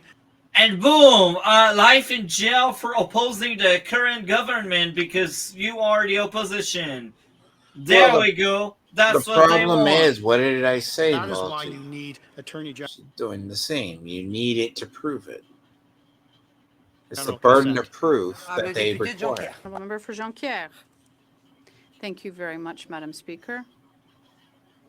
As we said, this bill does have some merit, needs to be studied at committee. Earlier, the minister, in responding to response to two questions, said he was ready to look at the religious that's a exemption block. with respect to studies at committee. I'm wondering, is the Conservative Party also open to this and ready to review the religious exemption that is given That's a block, when yeah. hateful symbols are shown? Brantford South, Six Nations. Nothing is off the table. Questions and comments? The Honourable Member for Edmonton Centre. I said Edmonton West, I'm sorry. So not to worry, Edmonton Centre will be Conservative again, I'm sure, next election. I want to thank my colleague for his speech, and he brought up the issue of churches being burnt down. Now we've seen a massive increase in hate attacks across the country since this government took power 10 long years ago. I wonder if my colleague could comment on what has taken the government, or why it's taken them so long to act, and also the previous Prime Minister's comment about burning churches down was, quote, fully understandable. Member for Brantford, Brant South, Six Nations. I find Justin Trudeau's comments in this House and outside this House with respect to the burning down of Christian churches to be absolutely repulsive. It was a disgusting, disgusting statement by the head of a G7 country. And in my view, it's emblematic of how this particular government has vilified Christianity in the House of Commons. Every time a church was burned, we would be bringing it up in the House of Commons, trying to elicit response from this government, and nothing but crickets. Nothing but crickets on that side, which is disgusting, Madam Speaker. And that marks the end of Larry Brock's segment. Now, you can pull up the fifth one, which is the gray-haired guy. Well, actually, you removed two we would use next. Oh, shit. So the black chick Andrew Lawton and But the you already used her. yeah, so the black chick, Andrew Lawton, and the third one is the Let's see. C8 gray hair guy. That allows this one. No. You're talking about the other one. Yeah. You're talking about this one? The thumbnail has the no, not that one. The thumbnail has the blue wire on the router. I think that's a router. What's the title? The gray guy. Bill C8 allows the government to ban you from the internet. That one. You said no. Yeah, that one. Oh, the funny part, I know him because he appears usually with the Fray. So. And the third one that's missing is the Andrew Lawton. So that's Justice Minister admits Bill C9 will apply to online posts. So these are the last three we are covering. So let's get into the next one that we'll talk about. What's the title of that one? So the title is Justice Minister admits Bill C9 will apply to online posts. I forgot it has a weird thumbnail. We don't. Yeah. That's how it downloaded. So you're all good. And my honorable colleagues, I rise today to address Bill C9, the Combating Hate Act, and specifically the changes to Section 319.6 and the introduction of Section 319.7 of the Criminal Code. I strongly support protecting religious freedom and ensuring that all Canadians are safe from hate and violence. But Bill C9 does not do that effectively. I have three serious concerns about Bill C9. First, it omits the protection of Christians, despite the fact that more than 100 churches have been burned and vandalized in Canada since 2021. Second, it removes the safeguard of the Attorney General's consent under Section 319. This risk... Hello, Miss Sparkle. Hi, sorry it took so long. That's fine. We speak about freedom of speech dying in Canada and being in very bad danger. So I will catch you up to speed. Okay. We have right now two bills that are being talked about in Parliament, C8 and C9. C8 want to deplatform people that don't align with the government. C9 want to silence people that may create dissent, and they want to weaponize words, and they want to send people in jail for saying you're stupid, and they want to throw out the key so you spend the rest of your life in jail. So that's awful, but yeah. That's so what are your guys' freedom of the speech already? Like, what do you guys have? Like, what's your guys' things? Like we have the First Amendment, I think is whatever amendment was for freedom of speech. Charter of Rights. So in Canada, we have freedom of expression. And this is not as protected as freedom of speech in the USA. So freedom of expression basically tells you can say light things like you're stupid, and that's not that bad, so that's fine. You're covered, and if you criticize the government, you're fine as well. But here's the thing. We enter the hate speech if we say, let's genocide that group, or that group is full of piece of garbage, or that group is dangerous, or that group is this. But so, like, what I was getting evicted for when my mom told the Muslims, yelled at the Muslims and said that they treat their people like dogs and they need to go back home, she would get out of trouble, huh? Yeah, exactly. But what's going on as well is, if someone if someone go after you for saying the Muslim are bad or something like that, there's the attorney general that take the case and that sees, okay, what's the statement, what's going on there, is it justified, and what kind of things we'll do against the person that did hate speech. And usually under our current laws, depending on the gravity of what you said, you can spend a few months in jail, all the way up to 5 to 10 years. But 10 That's years, wild. 10 years is like the most extreme. Like, you speak about genocide and you like, you're dangerous, and maybe you did attack someone and added some really harmful things. So like, that's some of the most extreme cases. And again, there's that attorney general that's there that makes sure, okay, do we have a case and how bad this is?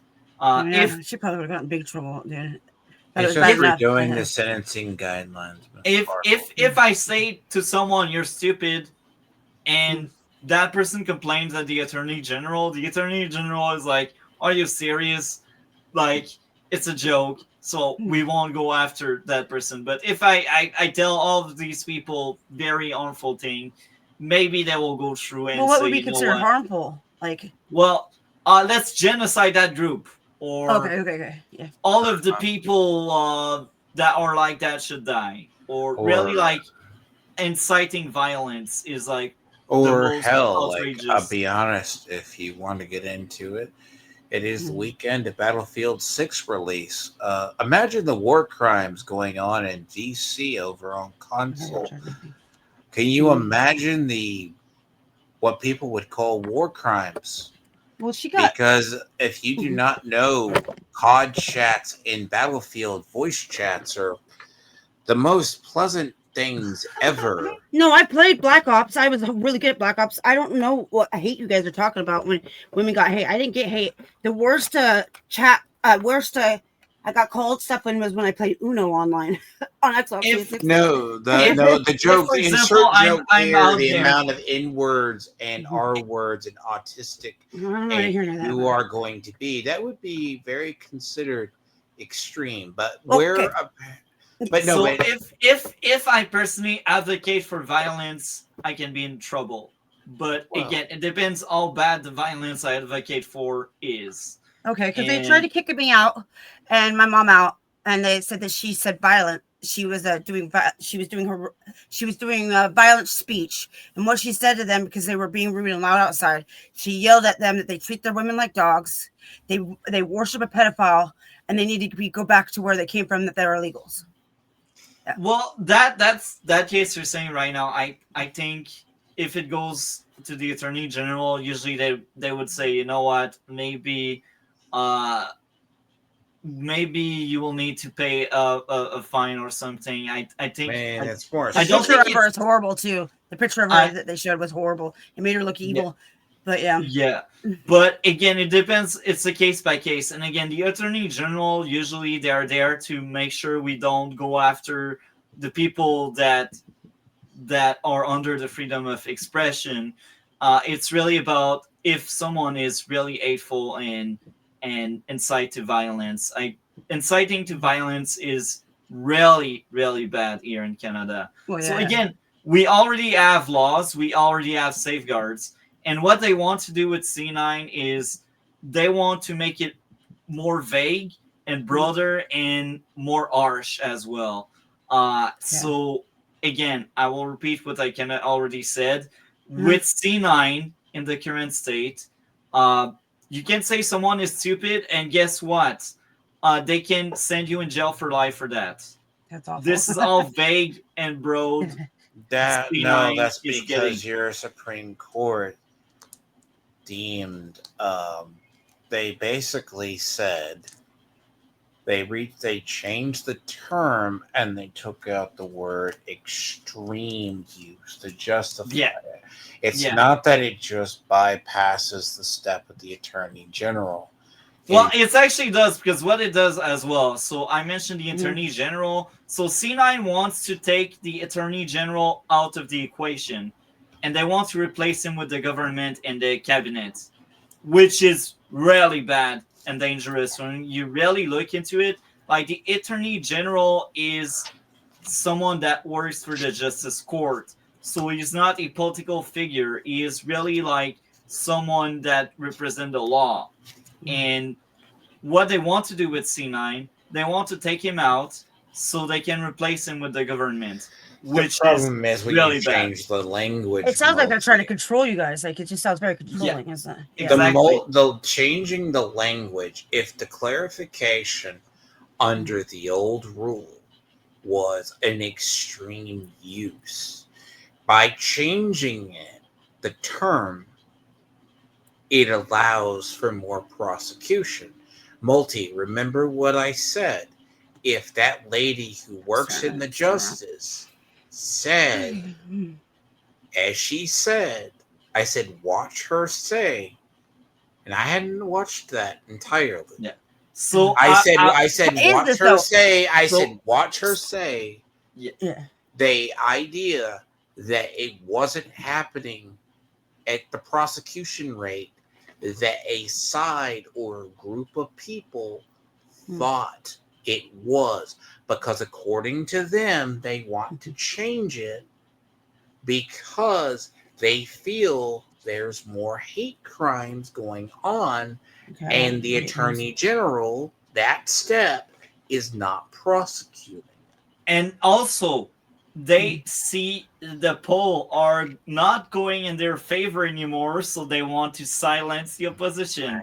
But again, Okay, so okay, so you guys are done with the debating about each other and stuff. Yeah. So what is this exactly? So right now it's what we call committee. So what's going on in committee? They criticize in law committee right now. It's bill committee. So the opposition party, which is the conservative, they have MPs, like member of parliament, like the one you see right now. And her job is here to say, you know what? Your law, your bill is flawed. Your law, your bill is dangerous. And here's the why. And she will try to convince the government in place to change it, or the viewer to bring awareness of the risk of that law. So that's her job.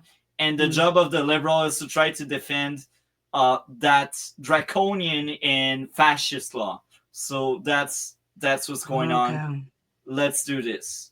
Hate speech being weaponized as a political tool by any party in power by letting the government decide, the government minister decide who gets charged. Third, it waters down the definition of hatred to something so vague and so subjective that it risks encroaching on the very Charter of Rights and Freedoms contained in Section 2B. Beginning with my first objection to Bill C9, I find it quite perplexing that Christian hate was not even mentioned in the bill. In recent years, we have seen alarming hate-motivated attacks, including burning and vandalism of churches across Canada. Just last week, a century-old Ukrainian Orthodox church in Edmonton was burned to the ground. As we witness a record number of sacred spaces being destroyed, Christians have noticed the government's silence. Congregations have been left in fear, and people of faith feeling abandoned by their government's lack of enforcement of existing laws. In this context, it is shocking that a bill about combating hate is completely silent on the rise of Christian hate. The government's press release mentions anti-Semitism, Islamophobia, homophobia, and transphobia, yet it makes no mention of the rise of hate crimes towards Christians. This bill does not add new protections. Yeah, sure, okay. Instead, I got Ellen. Okay. I'm joking. I know you are. I'm joking. I know you are. Your hair actually looks nice tonight. The definition of hate speech. It paves the path towards politicizing restrictions on speech. It even risks criminalizing dissent to what some would call thought crimes. We must exercise caution. Once such powers are granted to the government, they can be weaponized by any government against its critics. The existing criminal code already covers the most serious offenses. Section 318 makes it a crime to advocate or promote genocide. Section 319 criminalizes public incitement of hatred and willful promotion of hate and speech that would lead to a breach of peace. These provisions already strike a careful balance between protecting Canadians from true hate and safeguarding freedom of expression. Bill C-9 attempts to redefine hatred so vaguely that it risks capturing legitimate debate. We've seen how this plays out elsewhere in the world. In the UK, a man was arrested for holding a blank protest sign because authorities said it could be interpreted as offensive. In Australia, parents were investigated for hate speech after questioning gender policies at their school. In New Zealand, academics were threatened with jail for quoting banned manifestos. Canada is not immune. We are crossing into a dangerous line of removing the provincial attorney general's consent and oversight and leaving charges in the hands of a minister appointed by the Prime Minister. This Liberal government has given us reason to... So basically, she said exactly what I told you about.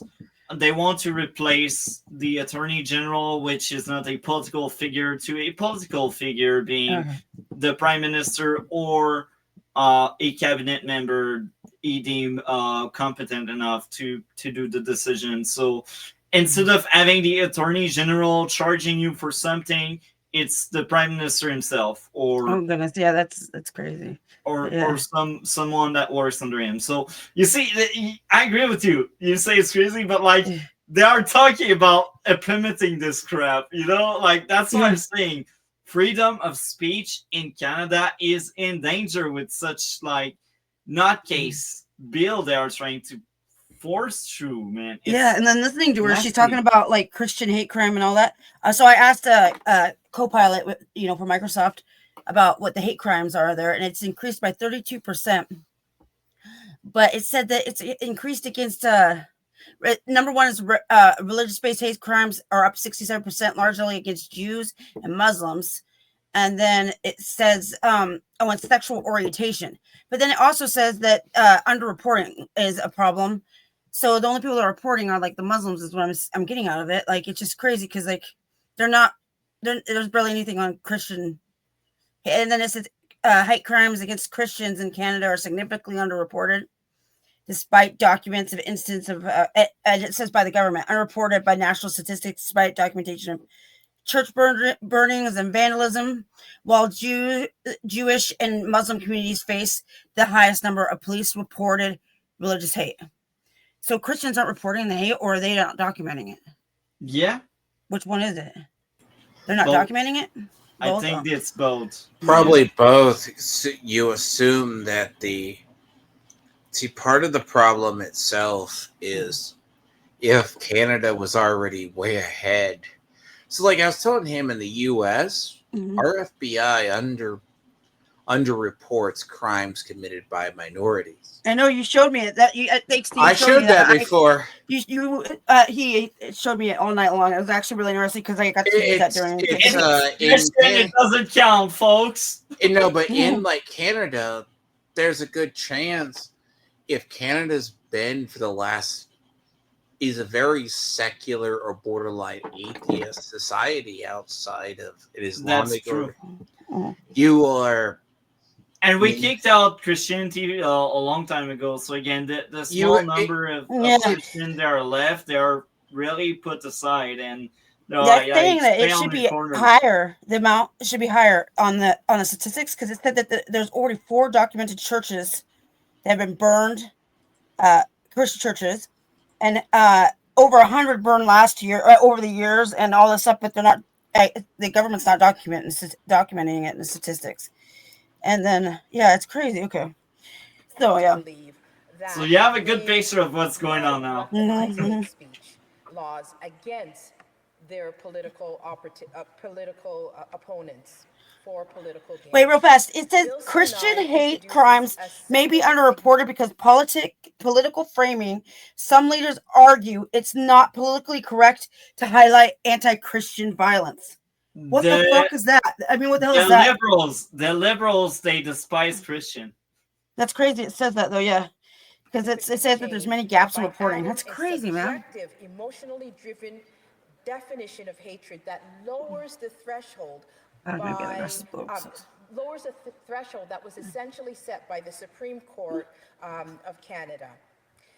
As you know, as many of you know, this is important because hatred is not defined in our criminal code. Rather, it is the meaning is developed over decades through case law. The most notable being 2013 Supreme Court case of Saskatchewan v. Whatcott. In that case, the term hatred was defined as must be interpreted as meaning extreme manifestation of emotions described by words, detestation and vilification, and should not include representations that merely discredit, offend, or insult. That objective standard set by the Supreme Court protects freedom of expression while targeting real harm. This Liberal government seeks to overturn that Supreme Court definition with Bill C9 by replacing that decision with Section 319.7, which is found in C9. In this new section, the Liberal government wishes to redefine hatred as the emotion that involves detestation or vilification and that is stronger than disdain or dislike. By removing the word extreme, it lowers the threshold that the Supreme Court has set and that has been put in place to protect free speech. By focusing on emotion rather than extreme manifestation, the government's new definition shifts attention to feelings rather than actual harm.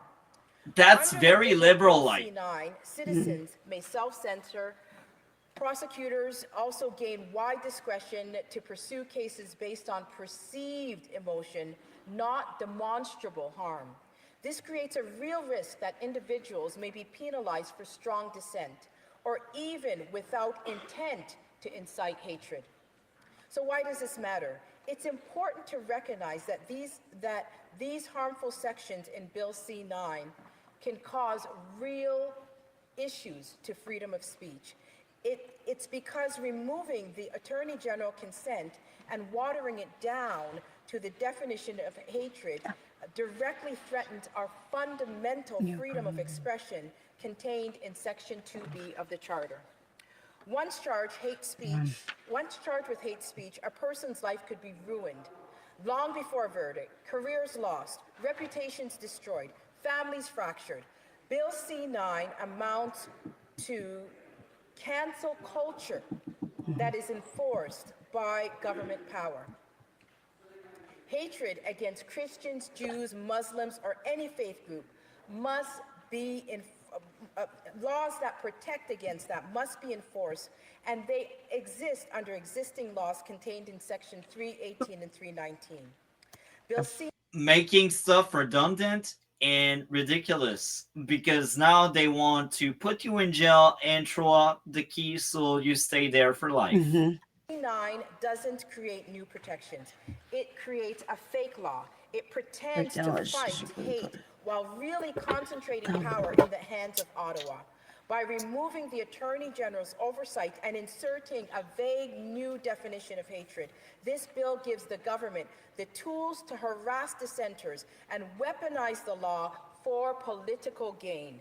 Colleagues, hate is real, and it must always be confronted. But we do not confront hate by weakening democracy. We do not confront hate by stripping away safeguards, criminalizing emotion, and centralizing power in Ottawa.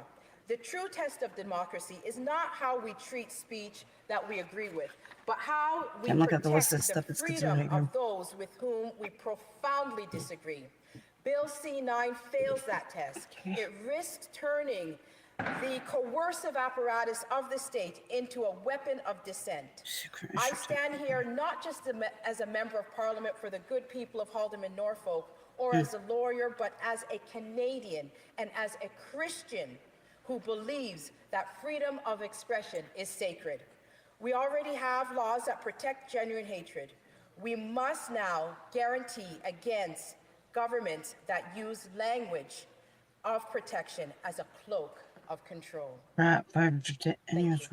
Questions and comments? Question and commentaire. The Honourable Member for Hamilton West, Ancaster Dundas. Thank you, Mr. Speaker. I do appreciate the member opposite bringing up the issue of the use of legislation as a political tool. I've seen that firsthand in Hamilton, where activist members of the community use accusations of hatred and racism as a tool to silence political opposition. But let's be clear, that is not what is happening here. That is not what... Gaslighting! Lies! Now he will try to defend that law because he's a liberal and he wants it. He wants the power. Oh, him. Yeah, you don't like him. He's the guy you don't like, right? No, I don't oh, like. He looks a lot like the other guy. Then he looks. I don't like, and most of these liberals MPs, I hate them. Like, there's only maybe 1 or 2 liberals. I'm like, you know what? These are like maybe decent human being behind their team, but like, I mean. That guy already started by gaslighting and lying. I am sorry, but like that's the new liberal way. It's disgusting.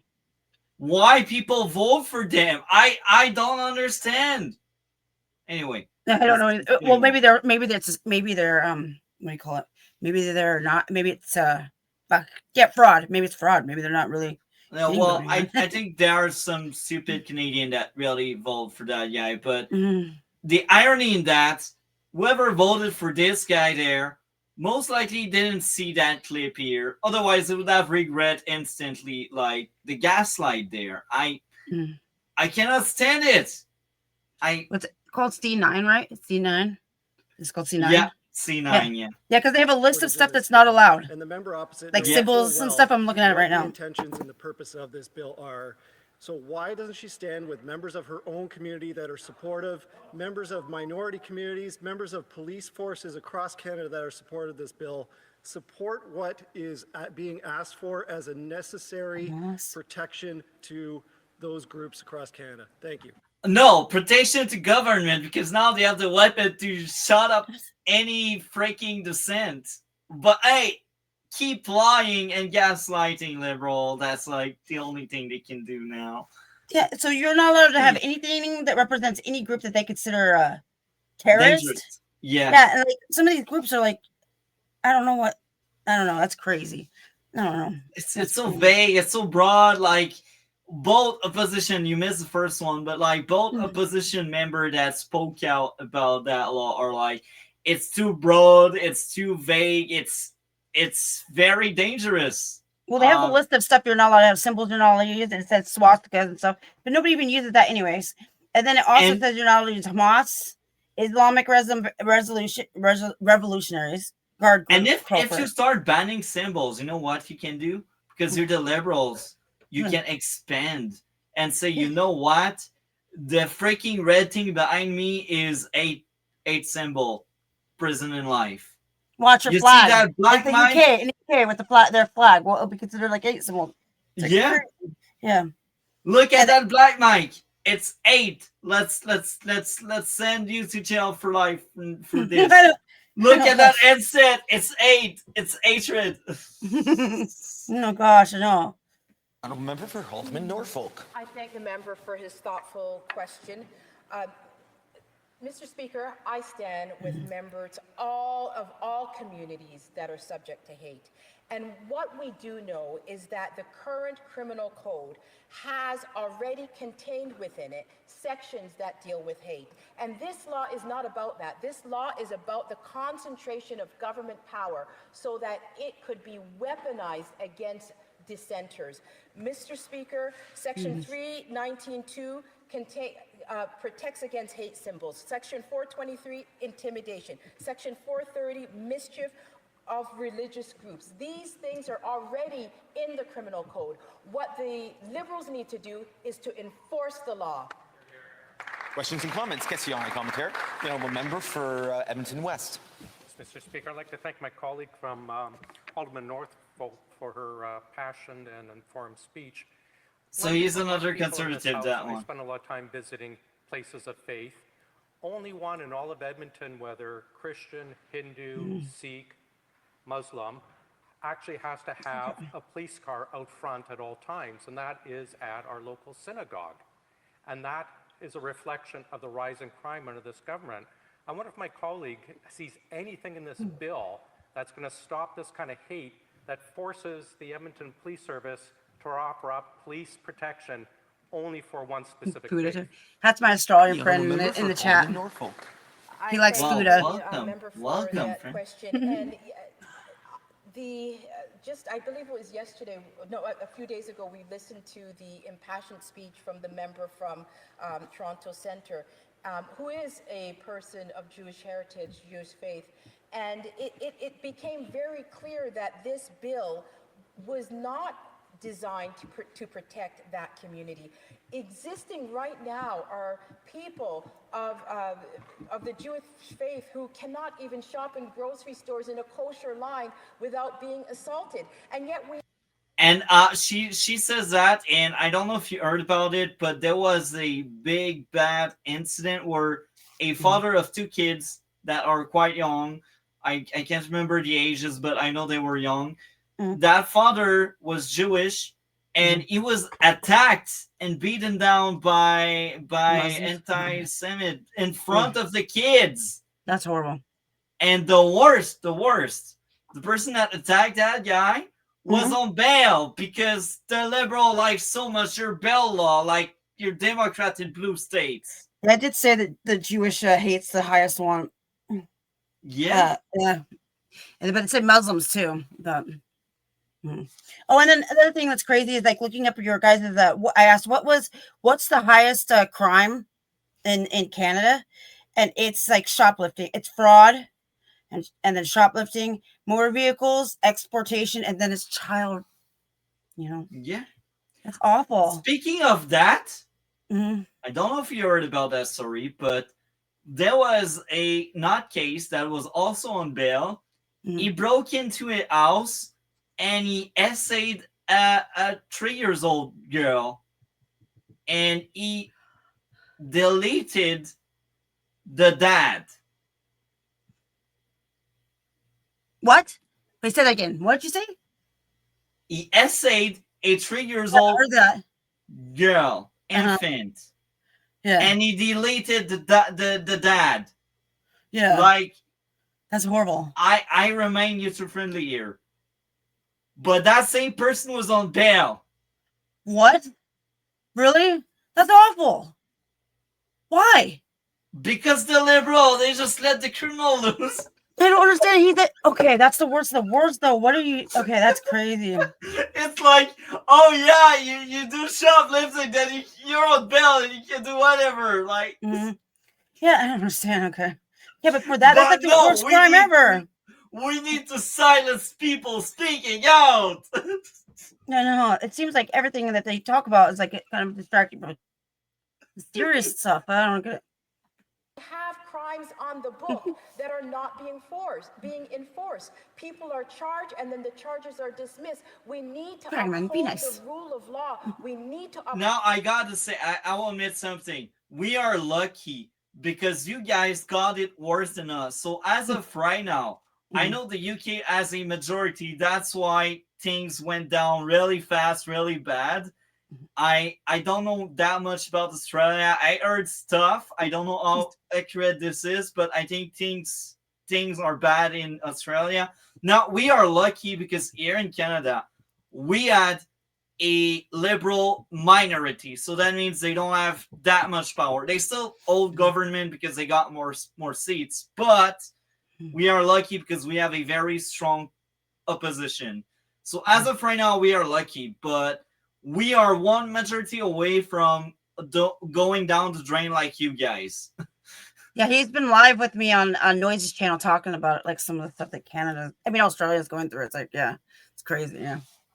we are lucky because I know the UK has currently a Labour majority, which is like the Liberal from the UK, and that's why it goes so wrong. But again, we are one majority away from like losing everything here in Canada. I swear, if the current Liberals we have right now in power get a majority, I think I will run far away. Like I think I will go in the States. I don't want to live under China there. Hold the laws in the criminal code that are on this book that exist currently, rather than creating a fake law that makes people feel good, but that just allows the government to weaponize dissent.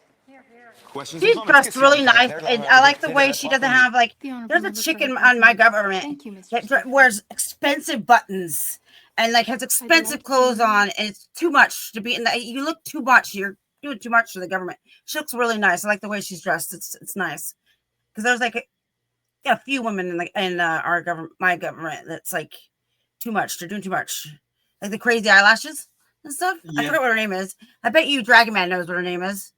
But she likes to talk like she's ghetto. Why? You're in the government. You know what I'm talking about. It depends on who we're talking about. U.S. or U.S. and she wears a big button for Louis Vuitton. She's a black woman. That's probably a Liberal. That's why they don't have manners. No, it depends which one. Maxine Waters or somebody else? The black chick. I don't know. Congrats, she just nailed down half the Democrats. I know, and she just wears really too wild clothes. And she yelled at She got mad at the blonde chick and called her blonde and sticks up for AOC. She didn't really deserve her spot. I just know that's crazy. I just like how nicely dressed that woman was compared to what you'll have to see. There's a whole thing. Even I have to do mine later today on our people. Now I joke, by the way, that Australia next to Australia. See, remember I was joking with Australia being the world's largest open air prison. They just elect their own wardens and prison guards. Crazy. I mean, I'm sorry, Valkyria. I feel you. Like again, I will repeat myself. We are here in Canada, one majority away from losing everything. As long as we don't get the current Liberal majority, we are fine. But like again, they try so hard, so much to just like ruin everything that's democratic here. No, they have progressed. See, the problem is it's not as liberals as much as it is progressives. Yeah. Australia has what is called, what I basically say, what is a conservative and what is a liberal. Progressive ideology rears its ugly head about every 70 years. Basically. The problem with Australia, jokingly, as I say, it's the world's largest open-air prison, is the idea is they technically, even though they model themselves more after what happens with the UK, they've always had more progressives than they have had liberals. Progressives operate on a different spectrum. Meaning progress, or they are in a class of their own. Basically, they went through the liberal parties. Like down there when I was doing the Online Safety Act stuff, they were the ones who were going to go beyond the Online Safety Act. They were going to say, you do not need to be on the social media unless you're 16. Wow. So you're going to basically have the idea of just have good parents. You don't need the government to regulate that. Idea is progressivism has been their leading problem. And then they just replace the wardens and the prison guards. I mean, the problem itself is you have a culture that, you see, your culture went largely secular, losing its religion while going left. Australia still has a traditional sense of family, but in the cities, they went more liberal with the progressive tendencies, which they were going the censoring what their children could play, like Resident Evil games or Silent Hill games get banned down there. Wow! Meanwhile, with the fact of I've never introduced you to the crazy Australian couple I've dealt with. The ones that are, who is an outright. That's the thing. Like, Australia is a little bit different down the line. They follow more closer to UK than what happens with Canada. But then again, they were the ones adopting their own online safety act, going further. They were going to restrict all social media to almost everyone under 18. Again, if you have the parent doing their job well, you don't need that kind of draconian control. I hate so much government like that. Not all your Questions government. or comments? Commentaire dans la député de la Huge section of The it. Honourable Member for Repentigny. Thank you, Mr. Speaker. So that's the block now. I'd like The most to useless return to the religious split exemption. divide The party. government I just care about showed some openness. At least they to take away liberal possibly votes. studying it if God, at opposition least they parties have moved some. it as an They're amendment more in committee. nationalist. Here's what I would like The problem to know. is you got globalists. Do our versus- conservative colleagues share our point of view? Do they agree that it's important that we debate this issue, which is currently ongoing in the streets of Quebec? The Norfolk. Mr. Speaker, I think it's important that when we're dealing with religious freedoms, that every issue should be on the table, and we should have the capacity to sit down and have meaningful discussions about things that we disagree on.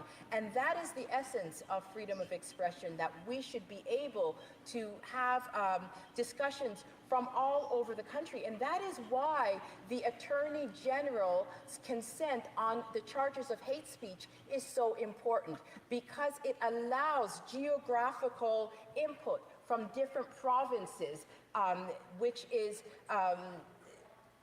channeled through the Attorney General. And that's why it's very egregious that this C9 would consider removal of the Attorney General's consent. Resuming debate. Reprise du débat. So again, draconian BS. Moving next, we will cover that last guy talking about Thank you for C9. being with us today. C9 makes reference specifically with hate symbols to public spaces. Just to confirm, does that include the internet?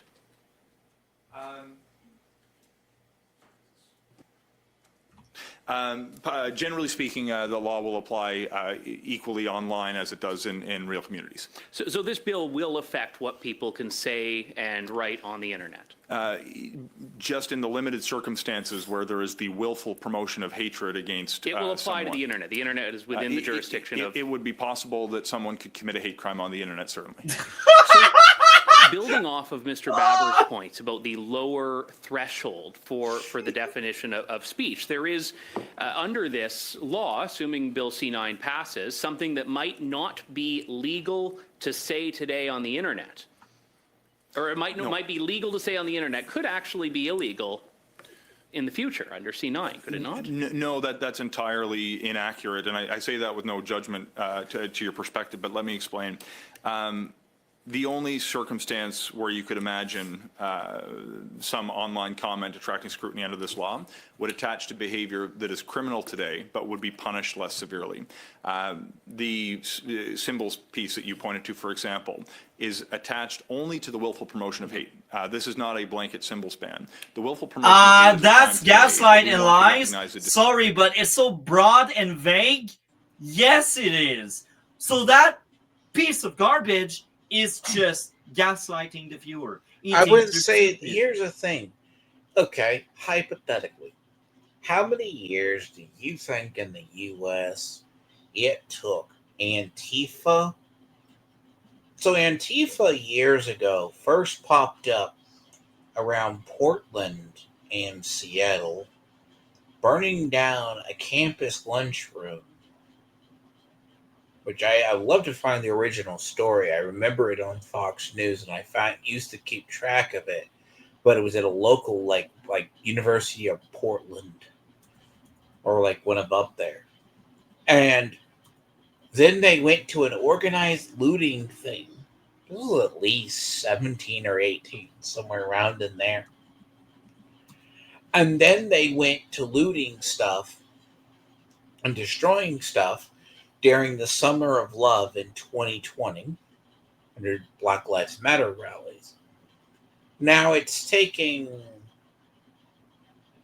couple of years. I mean, they've been radical for a while. They've been linked to it. But the idea is, now, worst case scenario, it's who's extremist. Now, do I think somebody, hypothetically, just because they put a Kekistan flag or a Doge symbol, there's actually people on the left that truly believe Kekistan flags or Pepe the Frog is actually a hate symbol. They actually believe that. That's largely 4chan's doing. But, I mean, now, if I take him at face value, let's assume you have an organization or a person that's going to commit a crime. They have racist symbols or symbols that are derogatory towards their group. They prosecute the man or woman. And then they find that that was a symbol of hate. They try to apply that to that case. That's probably what he's talking about. Now, the idea, but in a broad sense, let's assume you have another trucker protest style. Mass protest. Jail them all. They search the person's computer. They find, oh, you have a closed fist or something. That might be a symbol of hate. Then they drag the person through court for Life the in next prison. however long.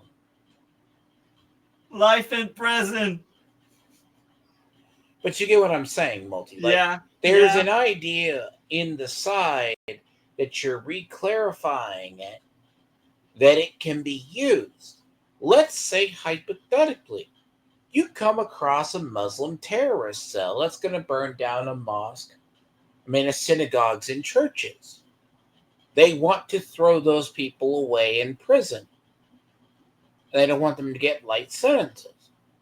Then they find, which would be hate propaganda on whatever they have. Now, I don't think anyone would have a problem with that, because clearly that's just so you could probably throw away the key. Now, would they attribute it to hate crimes? I don't know. But Miss Sparkle, you missed the ultimate gaslight and lies. Oh, I did. Mm. The guy did pretend the law would not be as broad and vague as it is, just to make it not worded. look as It's bad. worded very. I just read it. I read your guys' thing. It's not even that big, long. It's like very small. It's like 2 or 3 pages. C8 and C9 are both like long. C2 the one I just read wasn't is very long. also- Who just clicks it? I just read it. It wasn't really long. Well, did you click on the official link of Parliament, or did you? Yeah, it was the Parliament. Yeah, okay, hold on. I'll show you. Look. Because the Parliament is far more than that. I think it's Okay. like 100 page. Yeah. Okay. So click Parliament. Is it the Parliament? Oh, is it? Okay. So. Oh, maybe I'm wrong. Yeah. Oh no. Yeah. Right. Look at that. That's it. See. Okay. Whoops. I think you guys can see it here. I'm actually C9 is Canada shorter. Bill C9. Bill. Okay. So let me turn off the blur because it's being stupid. It's blurring it out. My room is a mess. Don't you dare judge. Okay. That's fine. Mine is worse. That's why it's always blurry. Okay. So here. See the C? So it says. Can you guys see it? It says C9. You guys can't see it all, can you? I can't. No. Okay. So I will send the link here. Okay. It says Parliament Bill C9, and then it says.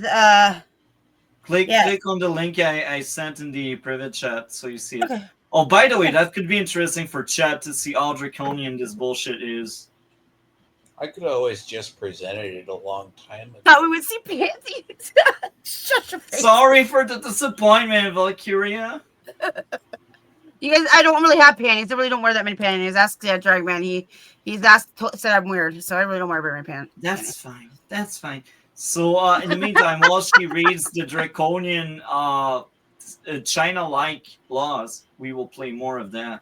Distinct charge where that same behavior uses certain symbols of hate to bring a higher degree of culpability. So there is no new human behavior that would attract the scrutiny. I understand, but I'm building off of the discussion earlier on the definition. Is your view that the change in wording, and there was a change in wording, you made a deliberate decision to change the definition that was spelled out in Keekstra and reaffirmed in Watcott. Is your view that your definition in C9 will not capture anything beyond what is currently captured right now by the hate definition? The definition was an attempt to codify, and the reason that there was a... This is a yes or no question, Minister. Is there at all a lower threshold or a broader net on hate in Canada after? Yes, but a liberal cannot properly answer question because they will look bad. Because they know they are on the wrong side of history. But hey, let's die on that hill. So, I'm hungry. Do you mind, like, if I eat, I can mute my mic so you guys have to hear it? That's fine. Okay, I'll just show my... If it passes. My view on the definition question, because the offenses I would give a different answer to you for, but on the definition, my view is that it codifies the same behavior that is there today, and it was meant to provide clearer guidance to law enforcement in the criminal code to apply the existing standard that has been recognized by the Supreme Court. Because the same arguments that are being used by you and your government to push Bill C9 to protect people against hate, which on the surface sounds incredibly noble, but these arguments are the same arguments that have led to the United Kingdom having police literally knocking on people's doors over their tweets. So what guarantee can you give Canadians that we are not headed down that very road, especially in the context of other priority areas identified by you and your government, such as the Online Harms Act, which was introduced twice, actually, in the last two parliaments? This legislation is not identical in kind to the reforms that have been put. No, it's worse because now you can have freaky life in prison for what That's you say. the guy I think that I thought that you did for like Sean Fraser. That's the one. That's why I got confused with him. That guy is the one that deserves to be in jail for life and throw out the key. Yeah. That's why I got the other guy confused with was him. Yeah. That guy burned Vancouver when he was mayor, and now he's burning our justice system by pretending the freaking attorney general is useless. What's up with this white patch of hair? Or is that a bald spot? What's going on? I don't know, but send him to jail so he can taste his own medicine. Yeah. Place in the UK, and we've actually looked at their experience and see that there are real challenges. And we like it, but we won't say it out loud. For example, we've got a different approach where some jurisdictions around the world have adopted a more blanket glorification that could attract the scrutiny of a liking a Facebook post, for example. And we chose a different path. We are even more draconian than the other places. Interfere with the charter rights of Canadians to freely express themselves. They do interfere. But at the same time, make it easier to lay charges where hate crimes are committed today. It's funny how in the same sentence says they don't affect the charter of right, but they also make it easier to charge someone. It just doesn't work in the same sentence. There's cognitive dissonance. If whoever voted that guy in sees that clip, I will ask that person, will you vote for that guy again after you have seen that? Also, who makes the rules on what's considered hate speech or not? Him. I mean, honestly, it's a double-edged sword.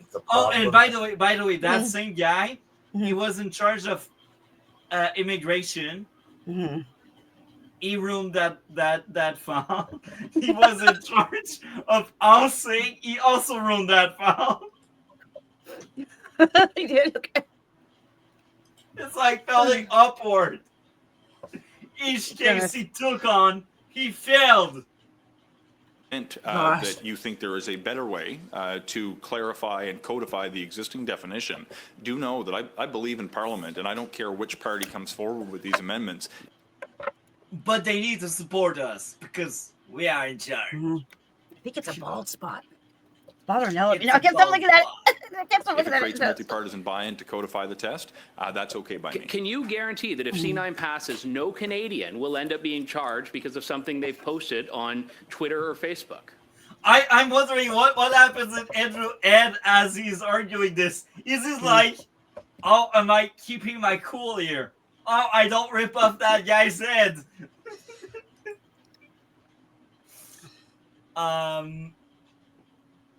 As well, we are seeing a push for Islam.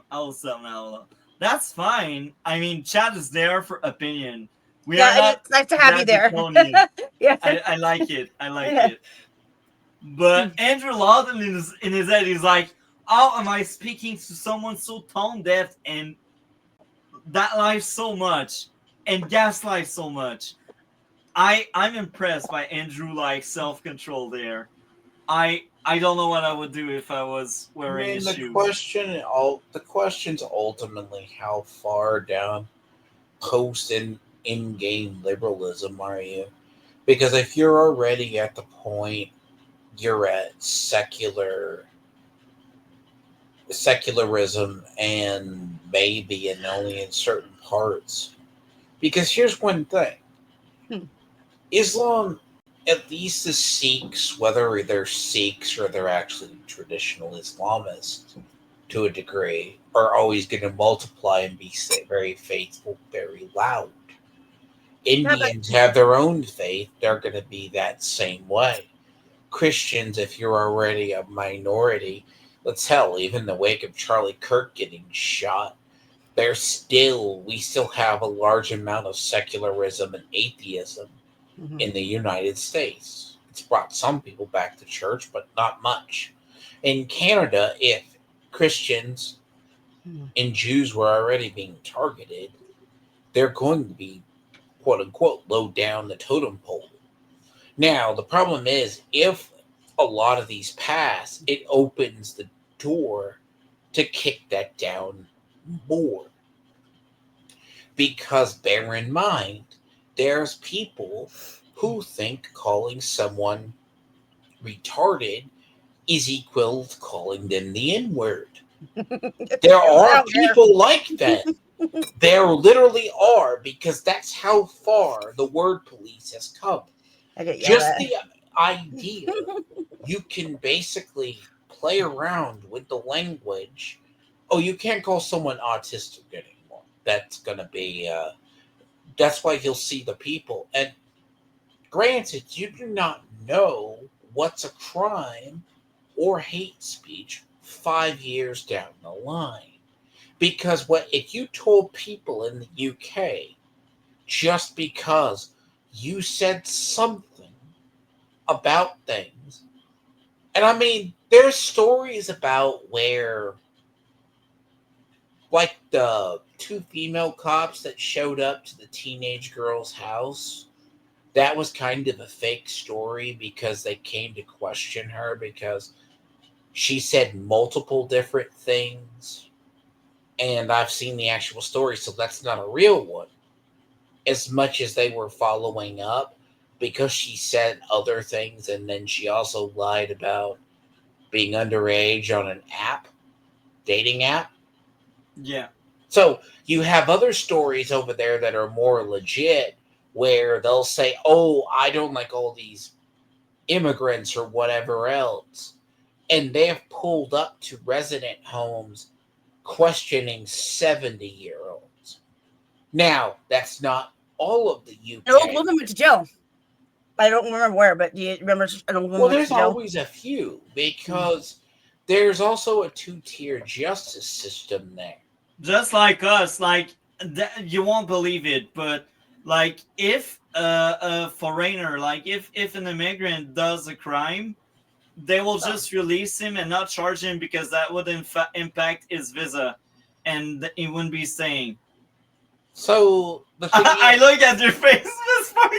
It's good, but it's true. It's how nasty we are here. So the thing is, I know Multi doesn't probably cover this stuff, but I know what it is. So there's this thing okay. Did you hear about the synagogue? Did you two hear about the synagogue attack in the UK about a week or two ago? No, because they don't want to speak about it. So, well, the thing about it is, the guy was an Islamic person on release for an SA crime, as well as another crime, a hate crime, and his name translates actually to jihad. And then he wound up, when he was released, I go thought we attack were that city. jungle, but the UK has it worse. And then he, on his release, being released after being charged with these other crimes, already accused of extremism, decides to go attack the synagogue. Then he winds up dying.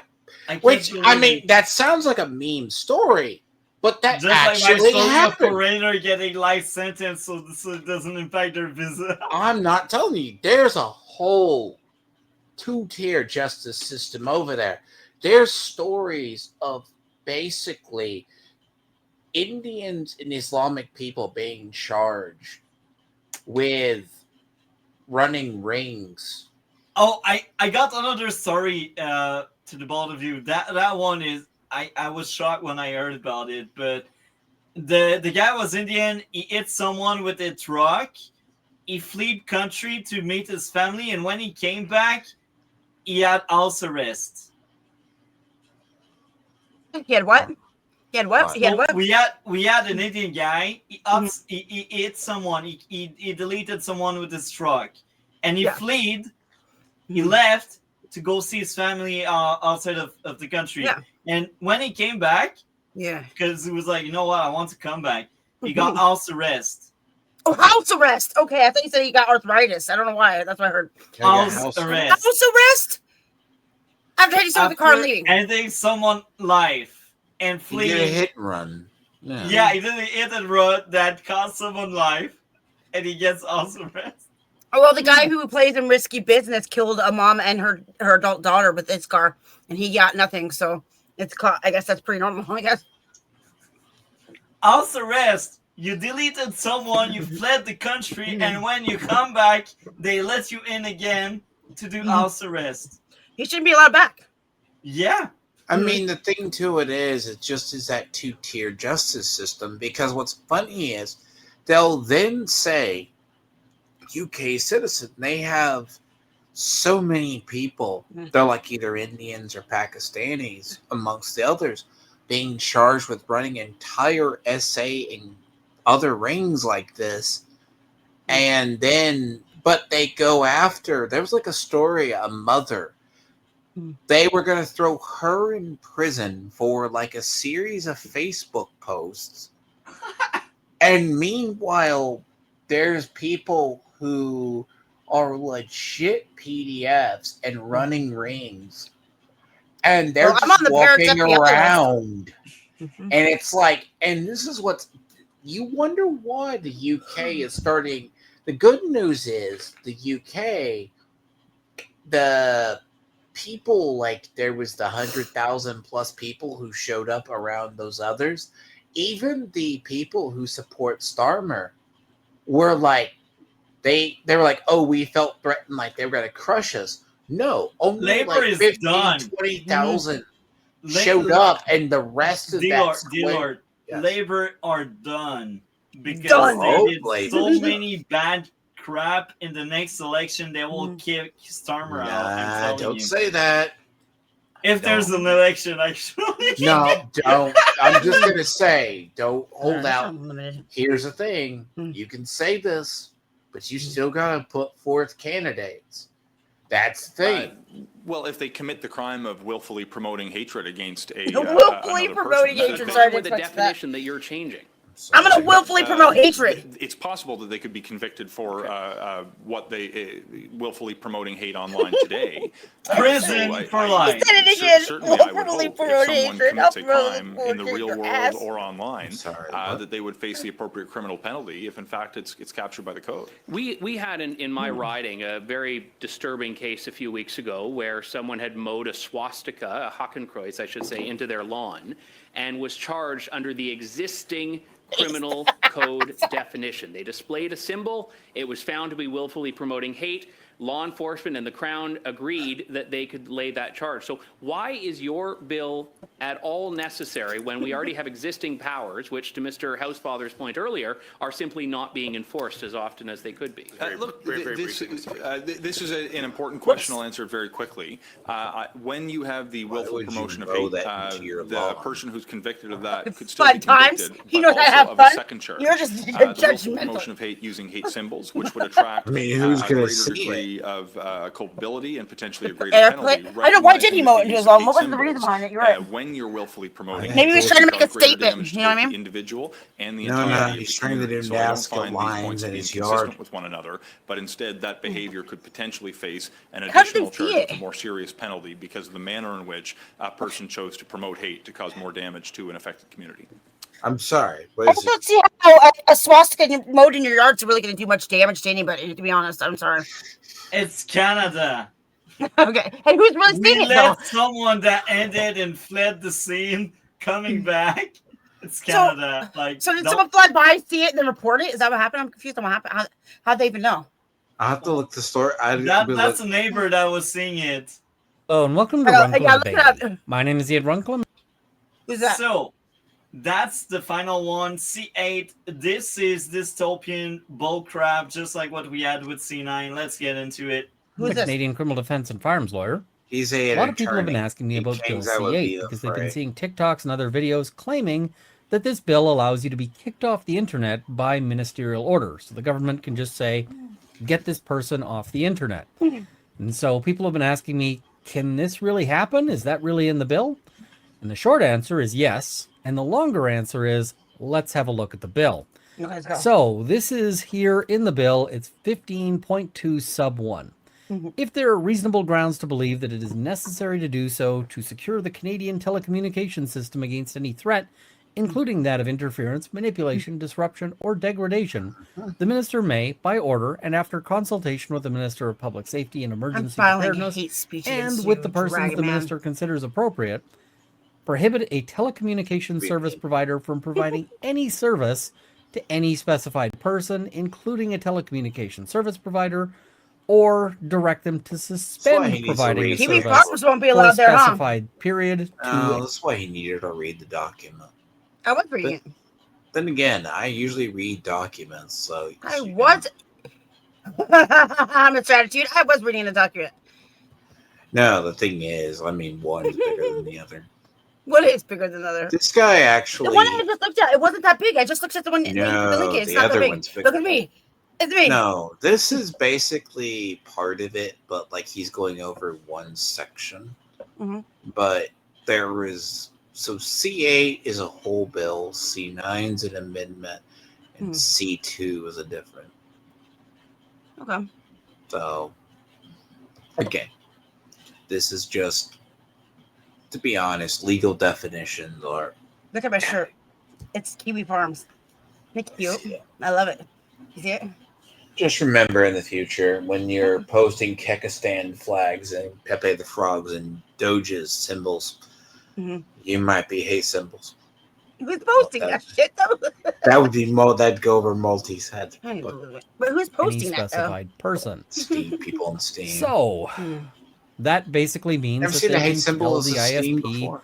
to stop providing you services, and so suddenly you don't have Actually, access this to is the internet scary, anymore. by the way. Now you might be wondering, wait, what is this bill for? Well, there are some useful. So basically, No shit, it's scary. I told you we entered dystopian realities. I know where no shit's scary. I know it is. It is. So the thing about this is, can you? Can you dig it? So here's the problem. They don't even need a warrant to do it. Well, That's if you the have a most warrant, ridiculous thing. Goodness gracious, yeah. well, they've Because already usually okay. when you have a warrant, you can do a lot of things. But again, You get a lot of false reporting. I'm looking at that. I wonder if there's a lot of false reporting. Well, that's part of this. That makes like a paper trail. A warrant is to make sure there's no abuse of power. So now you just say, you know what, you don't need that anymore. Like, oh, you have that guy, he is your political enemy. He has like a YouTube platform. you know what? Let's tell his provider. Let's just shut up the internet and the phone service, and the internet and phone service company. They are not even authorized to let the consumer know. You know what? You were blacklisted. Oh my goodness, really? That's sucking. What? That's I don't know if he got into that, but this is all crazy. No, that it's later gets. on. And there's also a thing that's going to be in the law.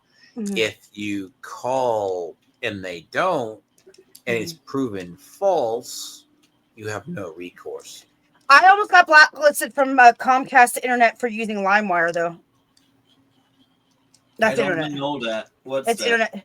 LimeWire is where you download videos illegal. It's not, I don't think it's even around anymore. I keep dragging my Oh, Yeah, there's other forms of it. It's like a what's the other Yeah, one? I know. Now I know what you're talking about. Yeah. Yeah. Yeah, No, they but there's the other they were part gonna to this sue is me and then take me and then ban me from internet. Yeah, it's crazy. no, but there's also a part in the bill. They said if the government is found in malpractice, you do not have any legal recourse.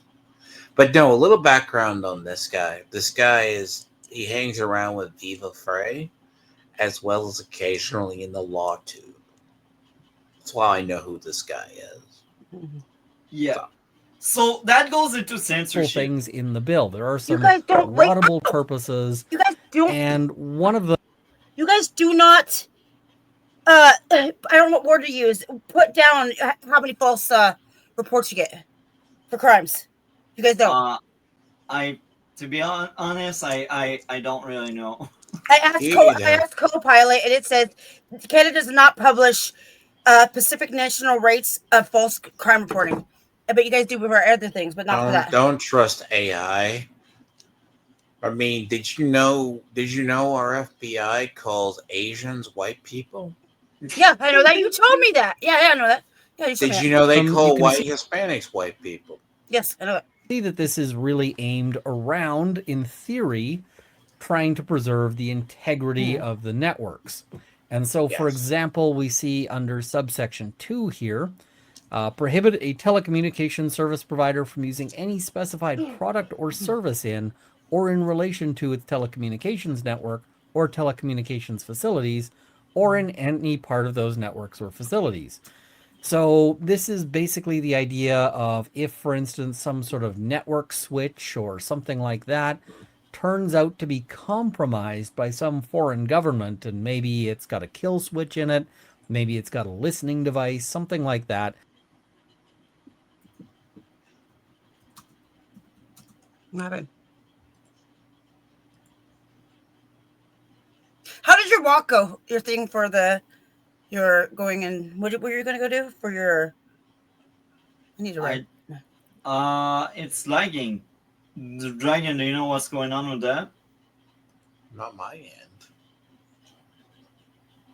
Hey, it's I don't. He's not talking. It's lagging. Yeah.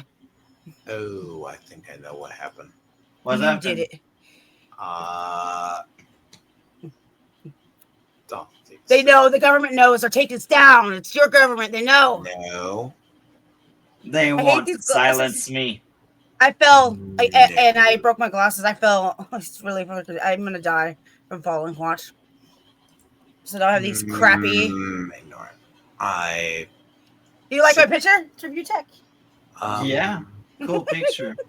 Hold on. I'll represent. Review tech naked. Whoosh. Rule is don't. Use your words. Yeah, don't be trying. You have the power of language. Do not.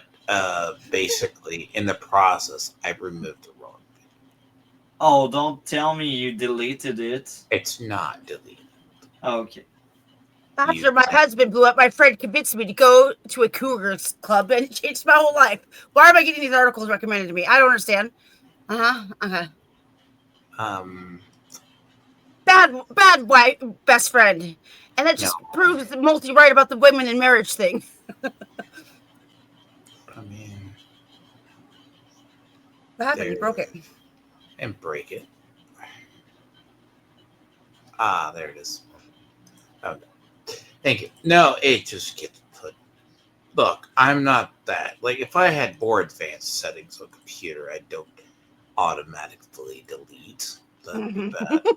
I deleted the wrong one. Hello, and welcome to Runkle of the Bailey. My name is Ian Runkle. I'm a Canadian. Wait, after 90 days, unless the minister directs otherwise in the order. Reasonable to kick me off the internet entirely.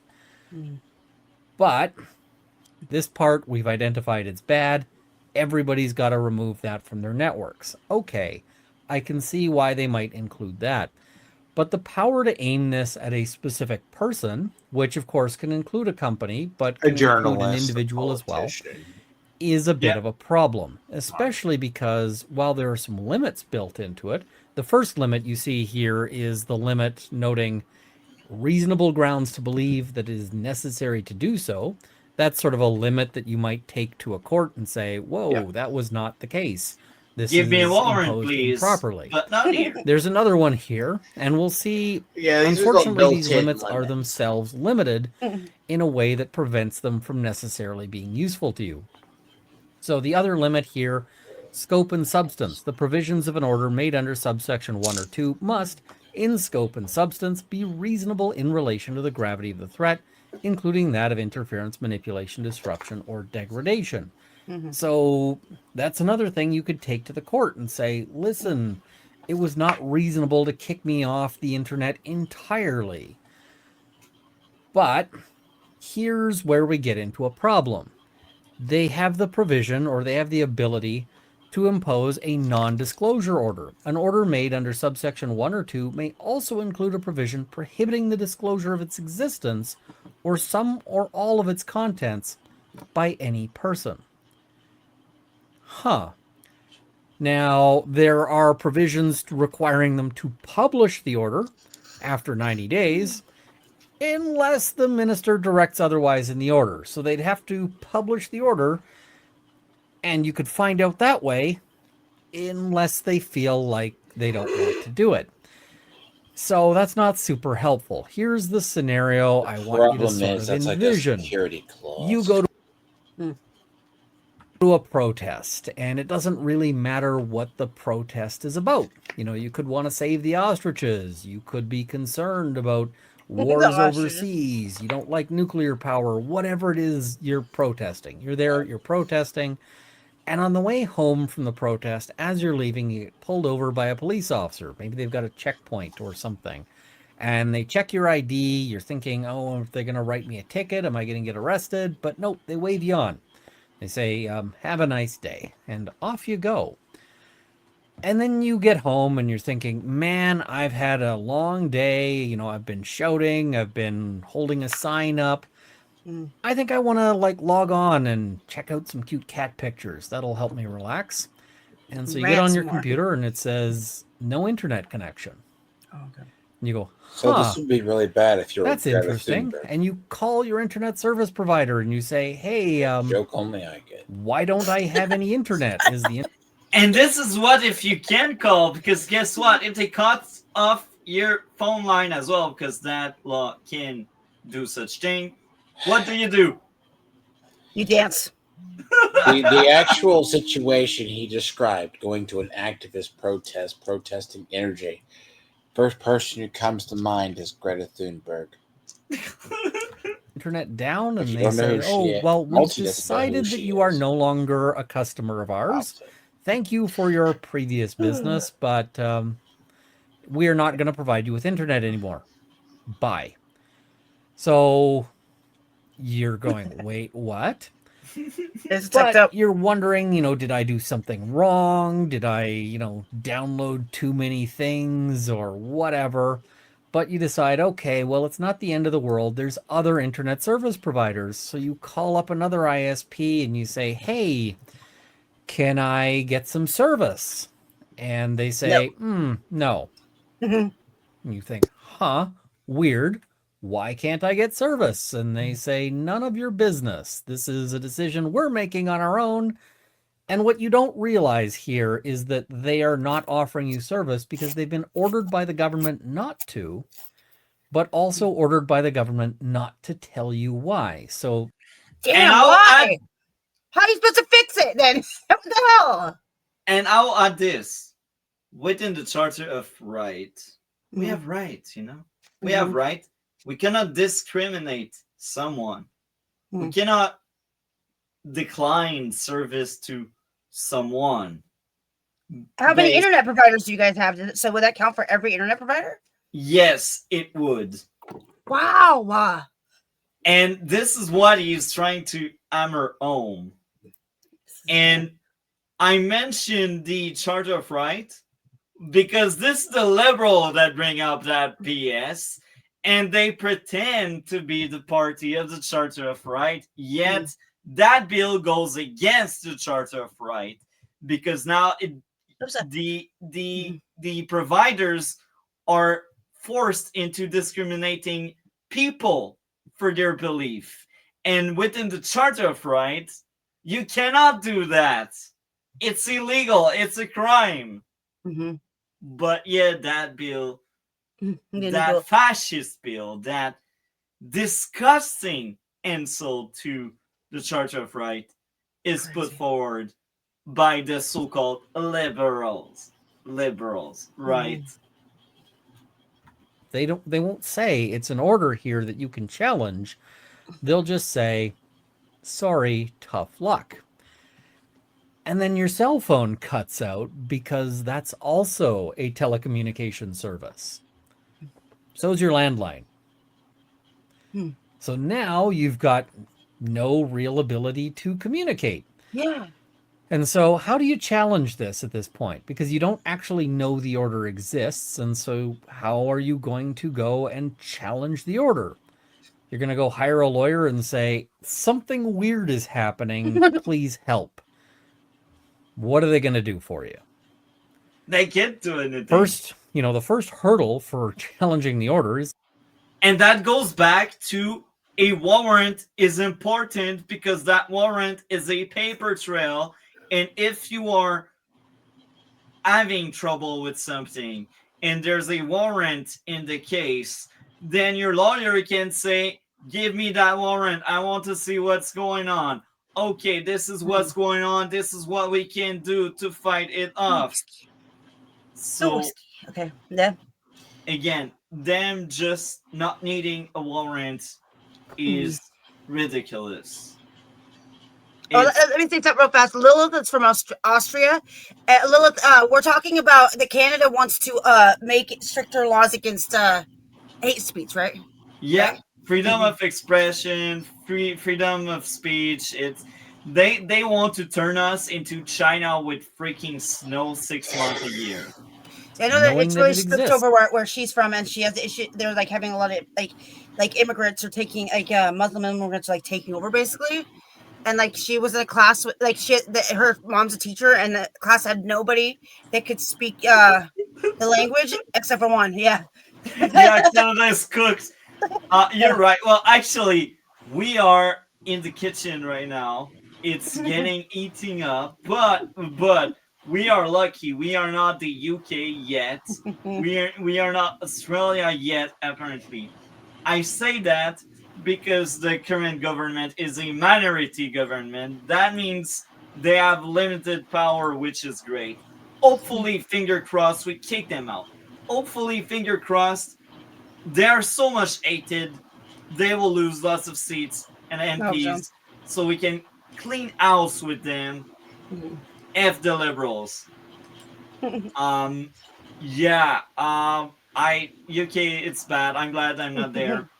But if the current liberals ever get a majority here in Canada, I go to the States. I don't care. Oh, I'll visit you. I will escape to the land of the free. Because Canada will no longer be the land of the free if we get a reign with the Sorry, what? But you can't find your black women that you like so much, sure. You get American black women. I don't know if you can handle American black women. As I see, it's the government, it's traders. Yes, so it's the current government that tried to push for bills that add censorship and draconian measure against the people. I mean, if you believe our liberals in the U.S., They tell us you have the best health care. We need socialized medicine. Until you hear about someone dying in the ER because You know, there's no it's doctor okay. left. I Put mean, the point in wrong and have to do it over again and then write in the notes that my hand's healing just fine. Yeah, no. no, it's okay. It's, you know, You're right, Lilith. So we can go on and on about stories of like dads. Like we had a dad that got beat up. He was a Jewish. He got beat up in front of his kids in the streets. We got another dad that was ended by a person that essayed his daughter just That's before. horrible. That's horrible. And that's a 3-year-old daughter.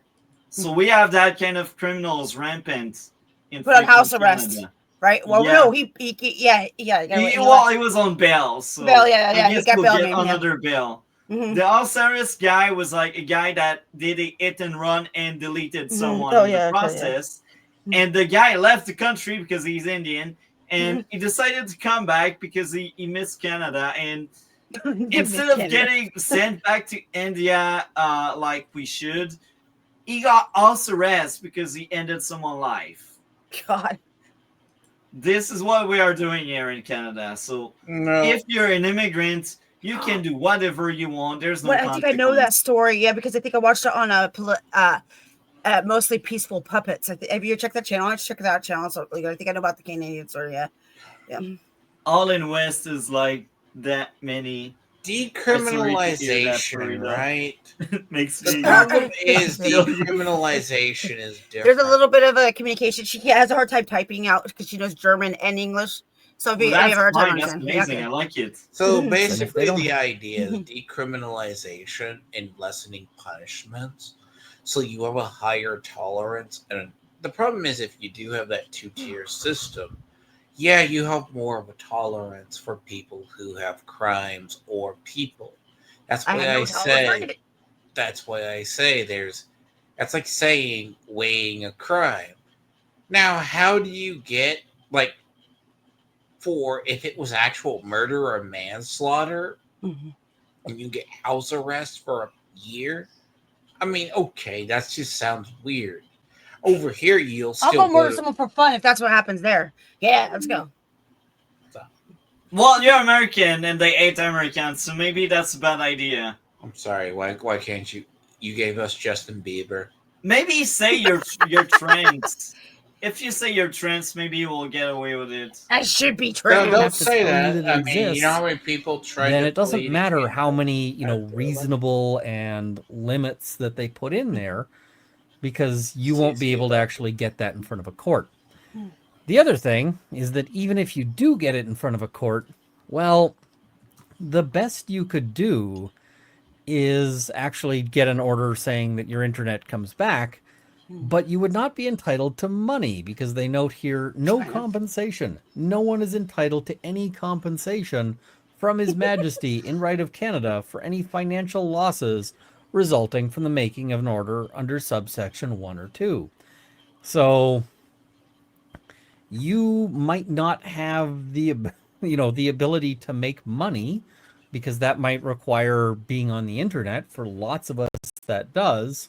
Yeah. And it doesn't matter how much money you're out, they don't have to pay. It's Canadian too. What? Yeah, he is. I can tell because you guys say out the cutest way. You guys say about and out just the cutest way. So when he said out, I was like, I do.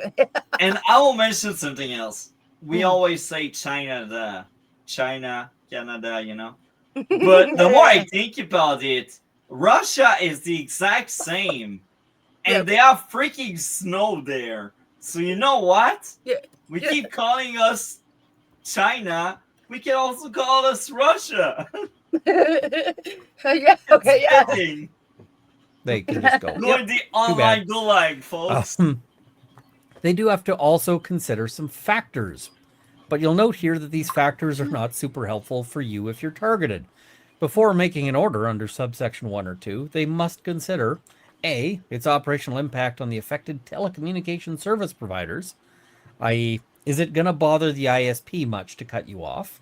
And the answer to that is probably no. B, its financial impact on the affected telecommunication service provider. I don't care if you have the most gold-plated service tier, even if you're paying $5,000 a month for, some sort of dedicated, whatever line. Yeah. That's kind of a rounding error on the budgets of most telecommunication service providers. So, yeah, that's not going to matter. C, its effect on the provision of telecommunication services in Canada, which won't be anything. And in fact, this might weigh towards them requiring non-disclosure. Hey, people might be skeptical of their ISPs if they know that they can be kicked off by ministerial order. So we'll just make sure no one can know by prohibiting the disclosure. Or D, any other factor that the minister considers relevant. And the impact on any factor. You know what? You're a journalist that said the Liberal Party suck. Let's kick you off. That's It's a awful. valid ground. It's to control you guys. I swear, it's all about control. Yeah. Control you guys. Yeah. They're turning into China. Specifically, they don't need to consider relevant. There's nothing that requires them to consider that. And no warrant. So, is this of concern? Well, maybe. And the thing where I say maybe it's of concern basically comes down to this. If the government is only using it where it's necessary to do so against a threat of interference, manipulation, disruption, or degradation of the telecommunication services, it will almost never be the case that an individual person meets that standard. Because, let's imagine that you are Joe Hackerman and you are somehow a threat to telecommunication systems if you're able to get on a computer.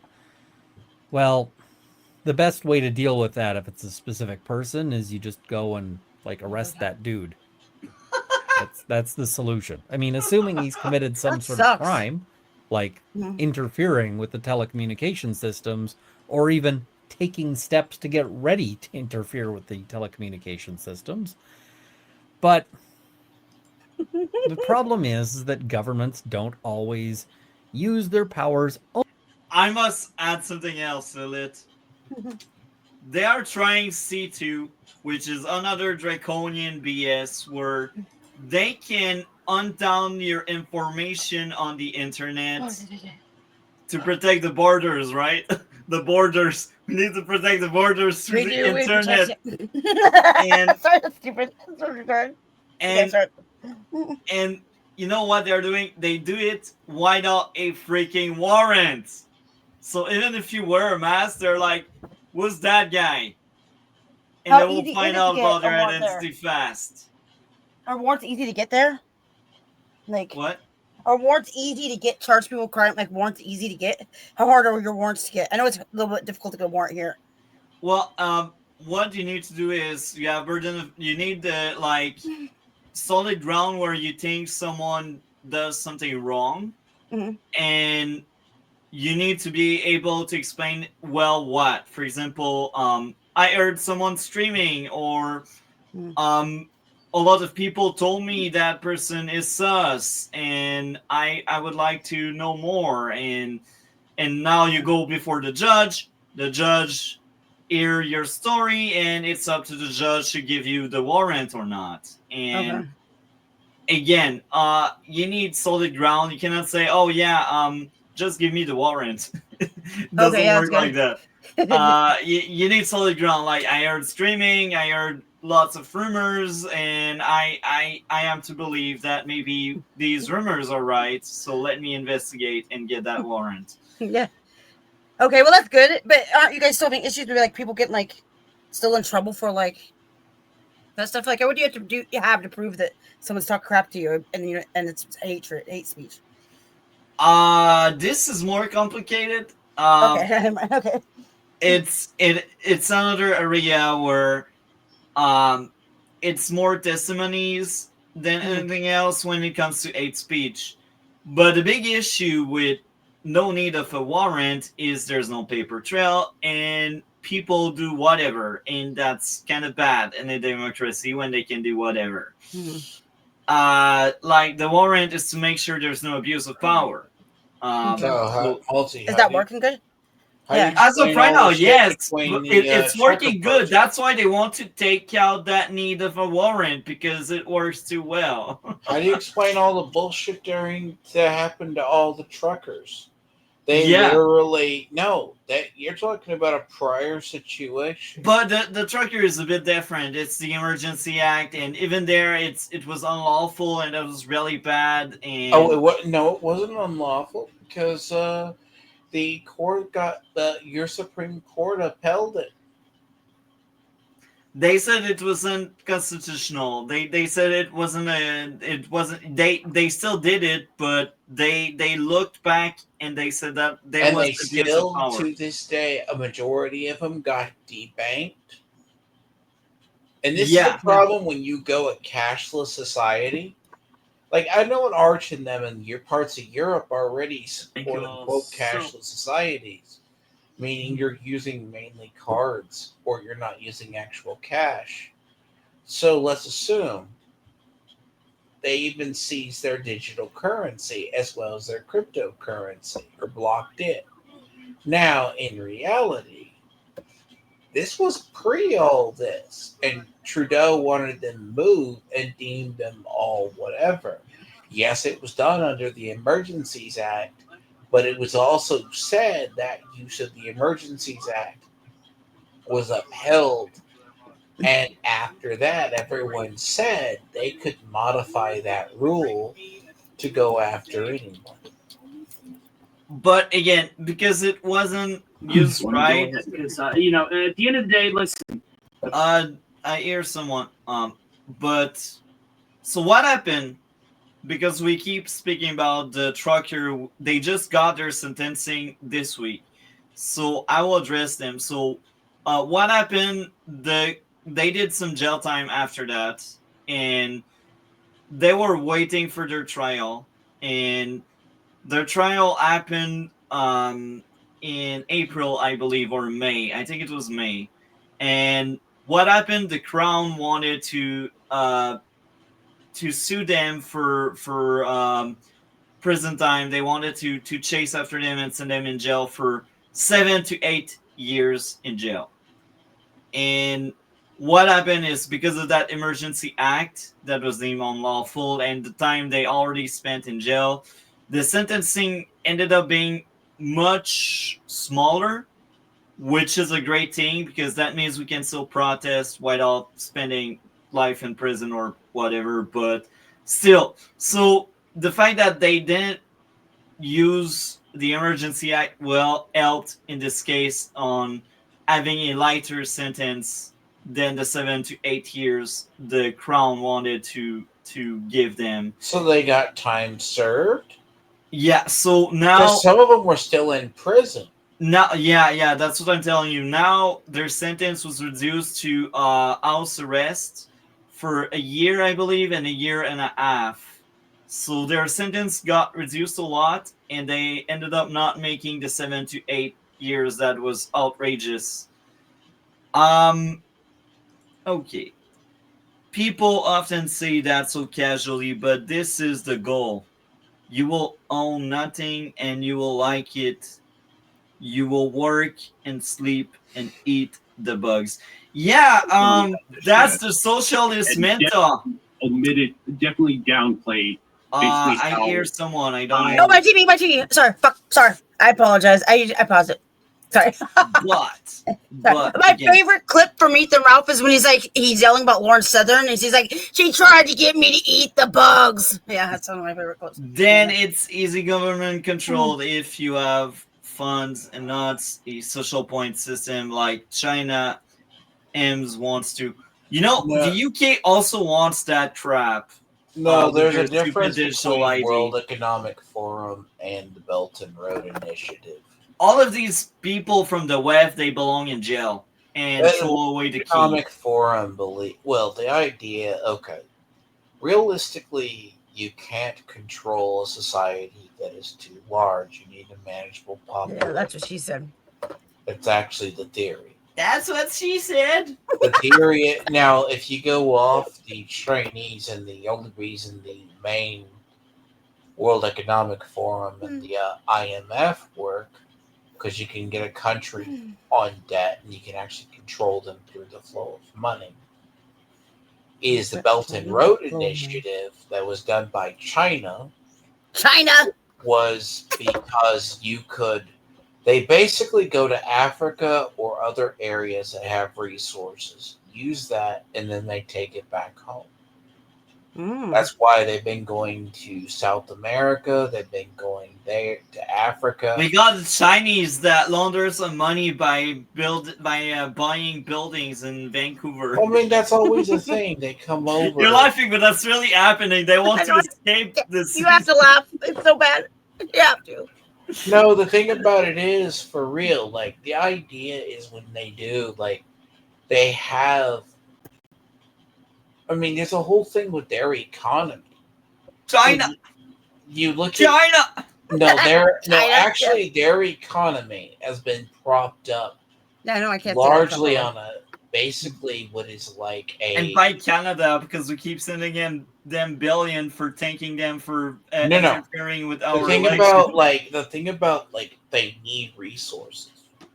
But there's also this whole thing of loans, and there's actually money over there. What's that? You drinking? You drunk? You kicked your cans over? How dare you? How dare me? We can't. No, but there's the idea Only of it. for the things that they're supposed to be used for. Governments abuse their powers, and this is a power that is highly abusable. You know, imagine in the middle of an election, you just decide that your political opponents can't have the internet anymore and can't have cell phones. Sounds fun, right? Yes. I kind of feel like you're going to win that election. Let's imagine that you decide to start using this against vocal critics. Well, people might be nervous about speaking out against the government if it means that they can be kicked off the internet entirely and essentially made unemployable because, you know, for a lot of people, it's really difficult to, let's face it, it'd be just difficult to function. You know, banking is done online. Courthouse filing is done online in a major way. So all of these things are, you know, a lot of it is just now all done online, which makes it extremely difficult for any of this. Anyway, that's kind of the long and short of it. It does have provisions that allow the minister to remove someone from the internet. And it says, Minister, you are only to use these things for very specific, narrow purposes. But if they decide to abuse it, it's pretty much impossible to challenge, and that challenge will be ultimately very unsatisfying because there isn't going to be any $1 million payout at the end of the day. There's just going to be a stop it. Don't do that. Bad government. Does the government care? No.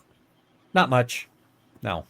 So anyway, tons of questions about this one, so I figured we should go to the actual legislation and see what it says, and you can decide for yourself. Is it the worst thing ever? Is it not such a big deal? I think it kind of falls in between there, but I don't particularly like it. This is a bill that's currently in process. There's still time for them to, edit and amend it. And I think that a great way to edit or amend it would be to say that this cannot be used against sort of individual people, like an actual flesh and blood human, as opposed to like a corporation or a company. Yeah. Anyway, and maybe to put in provisions that prevent it from being kept secret from the person it's aimed at. So that maybe force a warrant so they can actually contest that and say it was unlawful. And they know what's going on, Yeah. So, he will ramble for 3 minutes because I've seen that video many times and I like him, but sometimes the ending don't land. I enjoyed talking about that with the both of you. It's The downfall of free speech in Canada. We are dying. We are a joke. Our justice system doesn't work. Yet they want to jail people for speaking their minds. I hear China was like that. I think they're serious. I also know Russia is most likely like that when they don't shoot their neighbor. So yeah, I think it sucks. Any thoughts, Miss Sparkle? I just I hope it doesn't get to that because it just sounds like you guys are gonna end up like China, and you guys are gonna be so controlled. Nobody's even gonna know what's going on. It's kind of scary. So Yeah, and the worse than that, I got a cousin. She's a teacher. She is your classic freaking liberal, brainwashed, and she defends C9, and she doesn't realize how bad C9 is, and why? it breaks me because she is in my family. I don't know. I feel so disconnected from my family. For them to think it's fine with C9, I brought her so many receipts. I brought her so many proof. Look, this is a bad bill. This is dangerous. We enter Russia style. But yet she just put her head in the sand because it's easier to just turn a blind eye than accepting I voted wrong. No. That's You awful. can't go at them like that. The problem is, okay, hypothetically, you're arguing with. So, okay, take into account in the US, the reason why progressives and liberals ultimately failed. Arguably, they had enough power since about 2006. Pelosi won which was a super majority, which made George Bush's presidency the last 2 years a lame duck. Now, hypothetically, well, we all know in 2008 you had Obama elected, which kicked the Overton window over.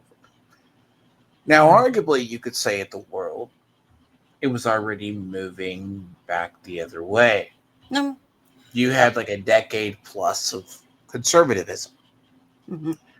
Now, the thing about it is, you're dealing with a generation of people, Gen Z, Gen Alpha, Millennials, and they're I coming think up some of with, the X as well. they're Like coming up as, my cousin I told you about is X, Gen X. She's the youngest Gen X. What year's that? What's Gen X? Like what are the? I'm a millennial, right? I think it's like 64 to 79. And well, there millennials is is 80 no, to it 96. can go up to about 94 because 94 is when millennials were supposed to start. But like the thing about it is, there is liberals in the generation Gen X millennial area bubble like we are, but you cannot just go cite hyperbolics. They're used to hyperbolics. Now, the problem is progressives ruined every advantage they had. It wasn't as much as, okay, they gained ground against the conservatives by basically saying, you don't like being called a racist, do you? So it starts there. Well, you don't want to be a racist. Don't say that. I think So everyone has a little bit of racism. they started out by controlling language. You don't want to be called a bigot, do you? Then when it eventually came time, they would do certain things. This happened down the years. Now, the problem is when this is imploded, you have an entire generation indoctrinated with a level of thinking. Literally, I know of a person that there are some that are savable, there's others that are not.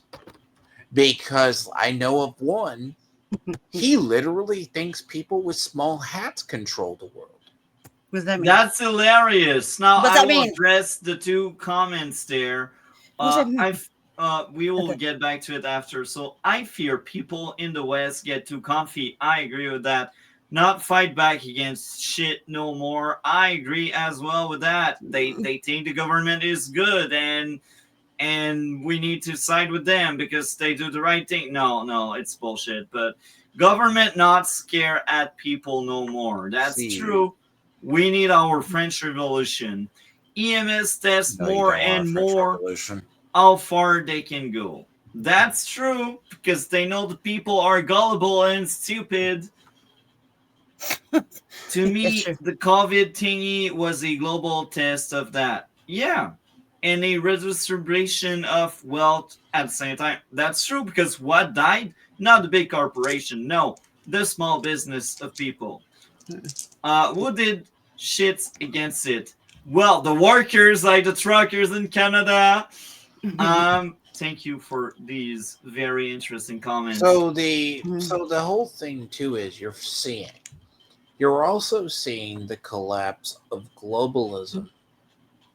Well, okay. Not yet. Canada is on a turning point whether we will embrace that shit or if we will say, you know what? No, you've been on the old ways are globalist. better. Okay. The idea of having globalism versus nationalism, I've said it even in my own streams and amongst Sorter and everybody else. It's been a thing in our community. Okay, so you have a period where we've had the idea you need a globalist system where that is interlocking nations, where U.S. is going to have a section. You said it across the core now. That relies upon Canada or relies on Europe, relies on everything else to make it work. Now, part of the resurgence it may have started more in the modern era, right around the Obama era, started in the U.S., which was 08, 10.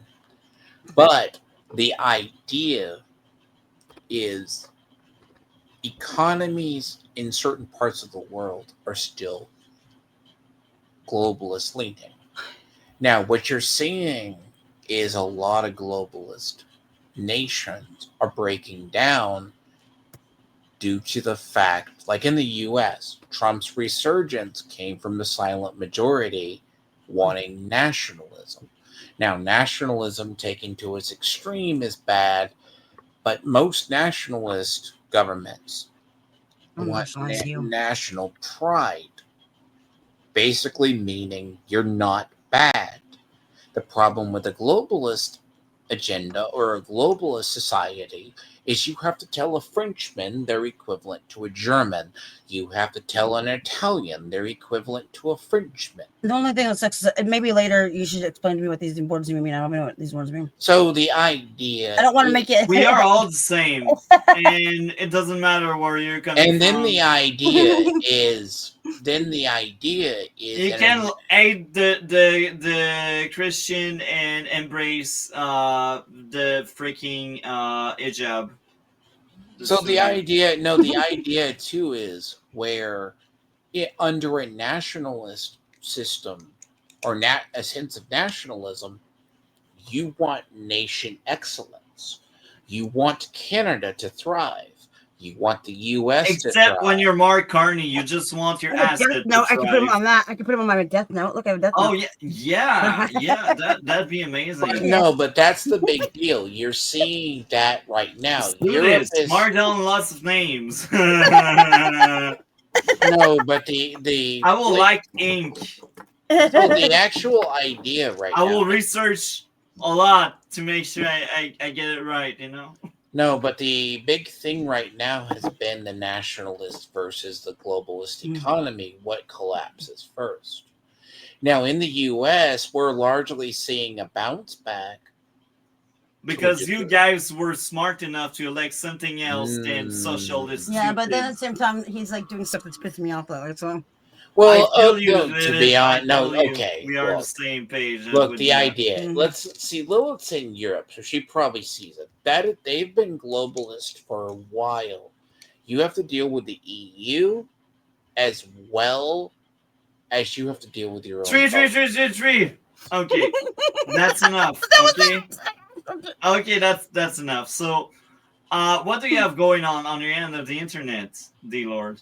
I'm going to today finish up the thing I started the other day, which is on the hearing on government censorship, which was supposed to be the House hearing later in the day for Dan Clancy and the head of Reddit and the head of Discord and Gabe Newell.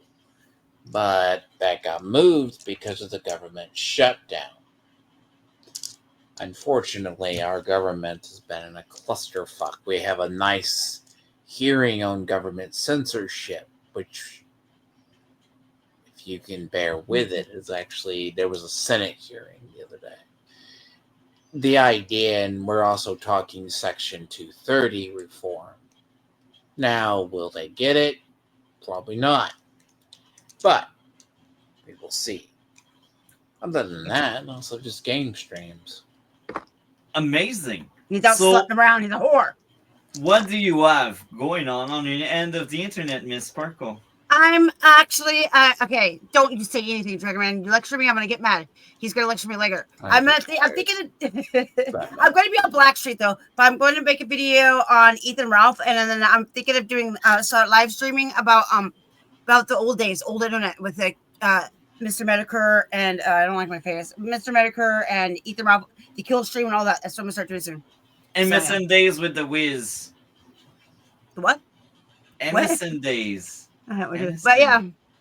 So at the old days, when, like, I noticed a lot of stuff gets changed, like around where, like, history gets changed. Like I'm a whore, but no. So I kind of want to talk about like stuff that people don't realize happened back on the internet, like Gamergate. So. Really? Really? So Yes. Monday, very late. 2 streams are planned because Wednesday I will go to Ottawa because I want to protest. No, I'm joking. I want to meet some politician and I want to see live Mark Carney getting roasted by Pierre Poilievre. That's always very fun. So yeah, Wednesday I'm in Parliament and maybe I will stream before and after because I know inside I don't think I will be authorized to because they have their own crew and it's really like only authorized people that can shoot inside. So I will most likely shoot something outside and before and after if I can, if I find the time. Outside of that, well, Monday. Peacemaker season 2 and another stream at some point Monday as well. That other stream will be about the new Tron. Ares, and we will also address the other 2 Tron because I've seen the other 2 Tron and I cannot wait to see Ares. I will see it tomorrow after what I have in the afternoon. So if you have the chance, the Dragon, watch Ares. We will cover that Monday.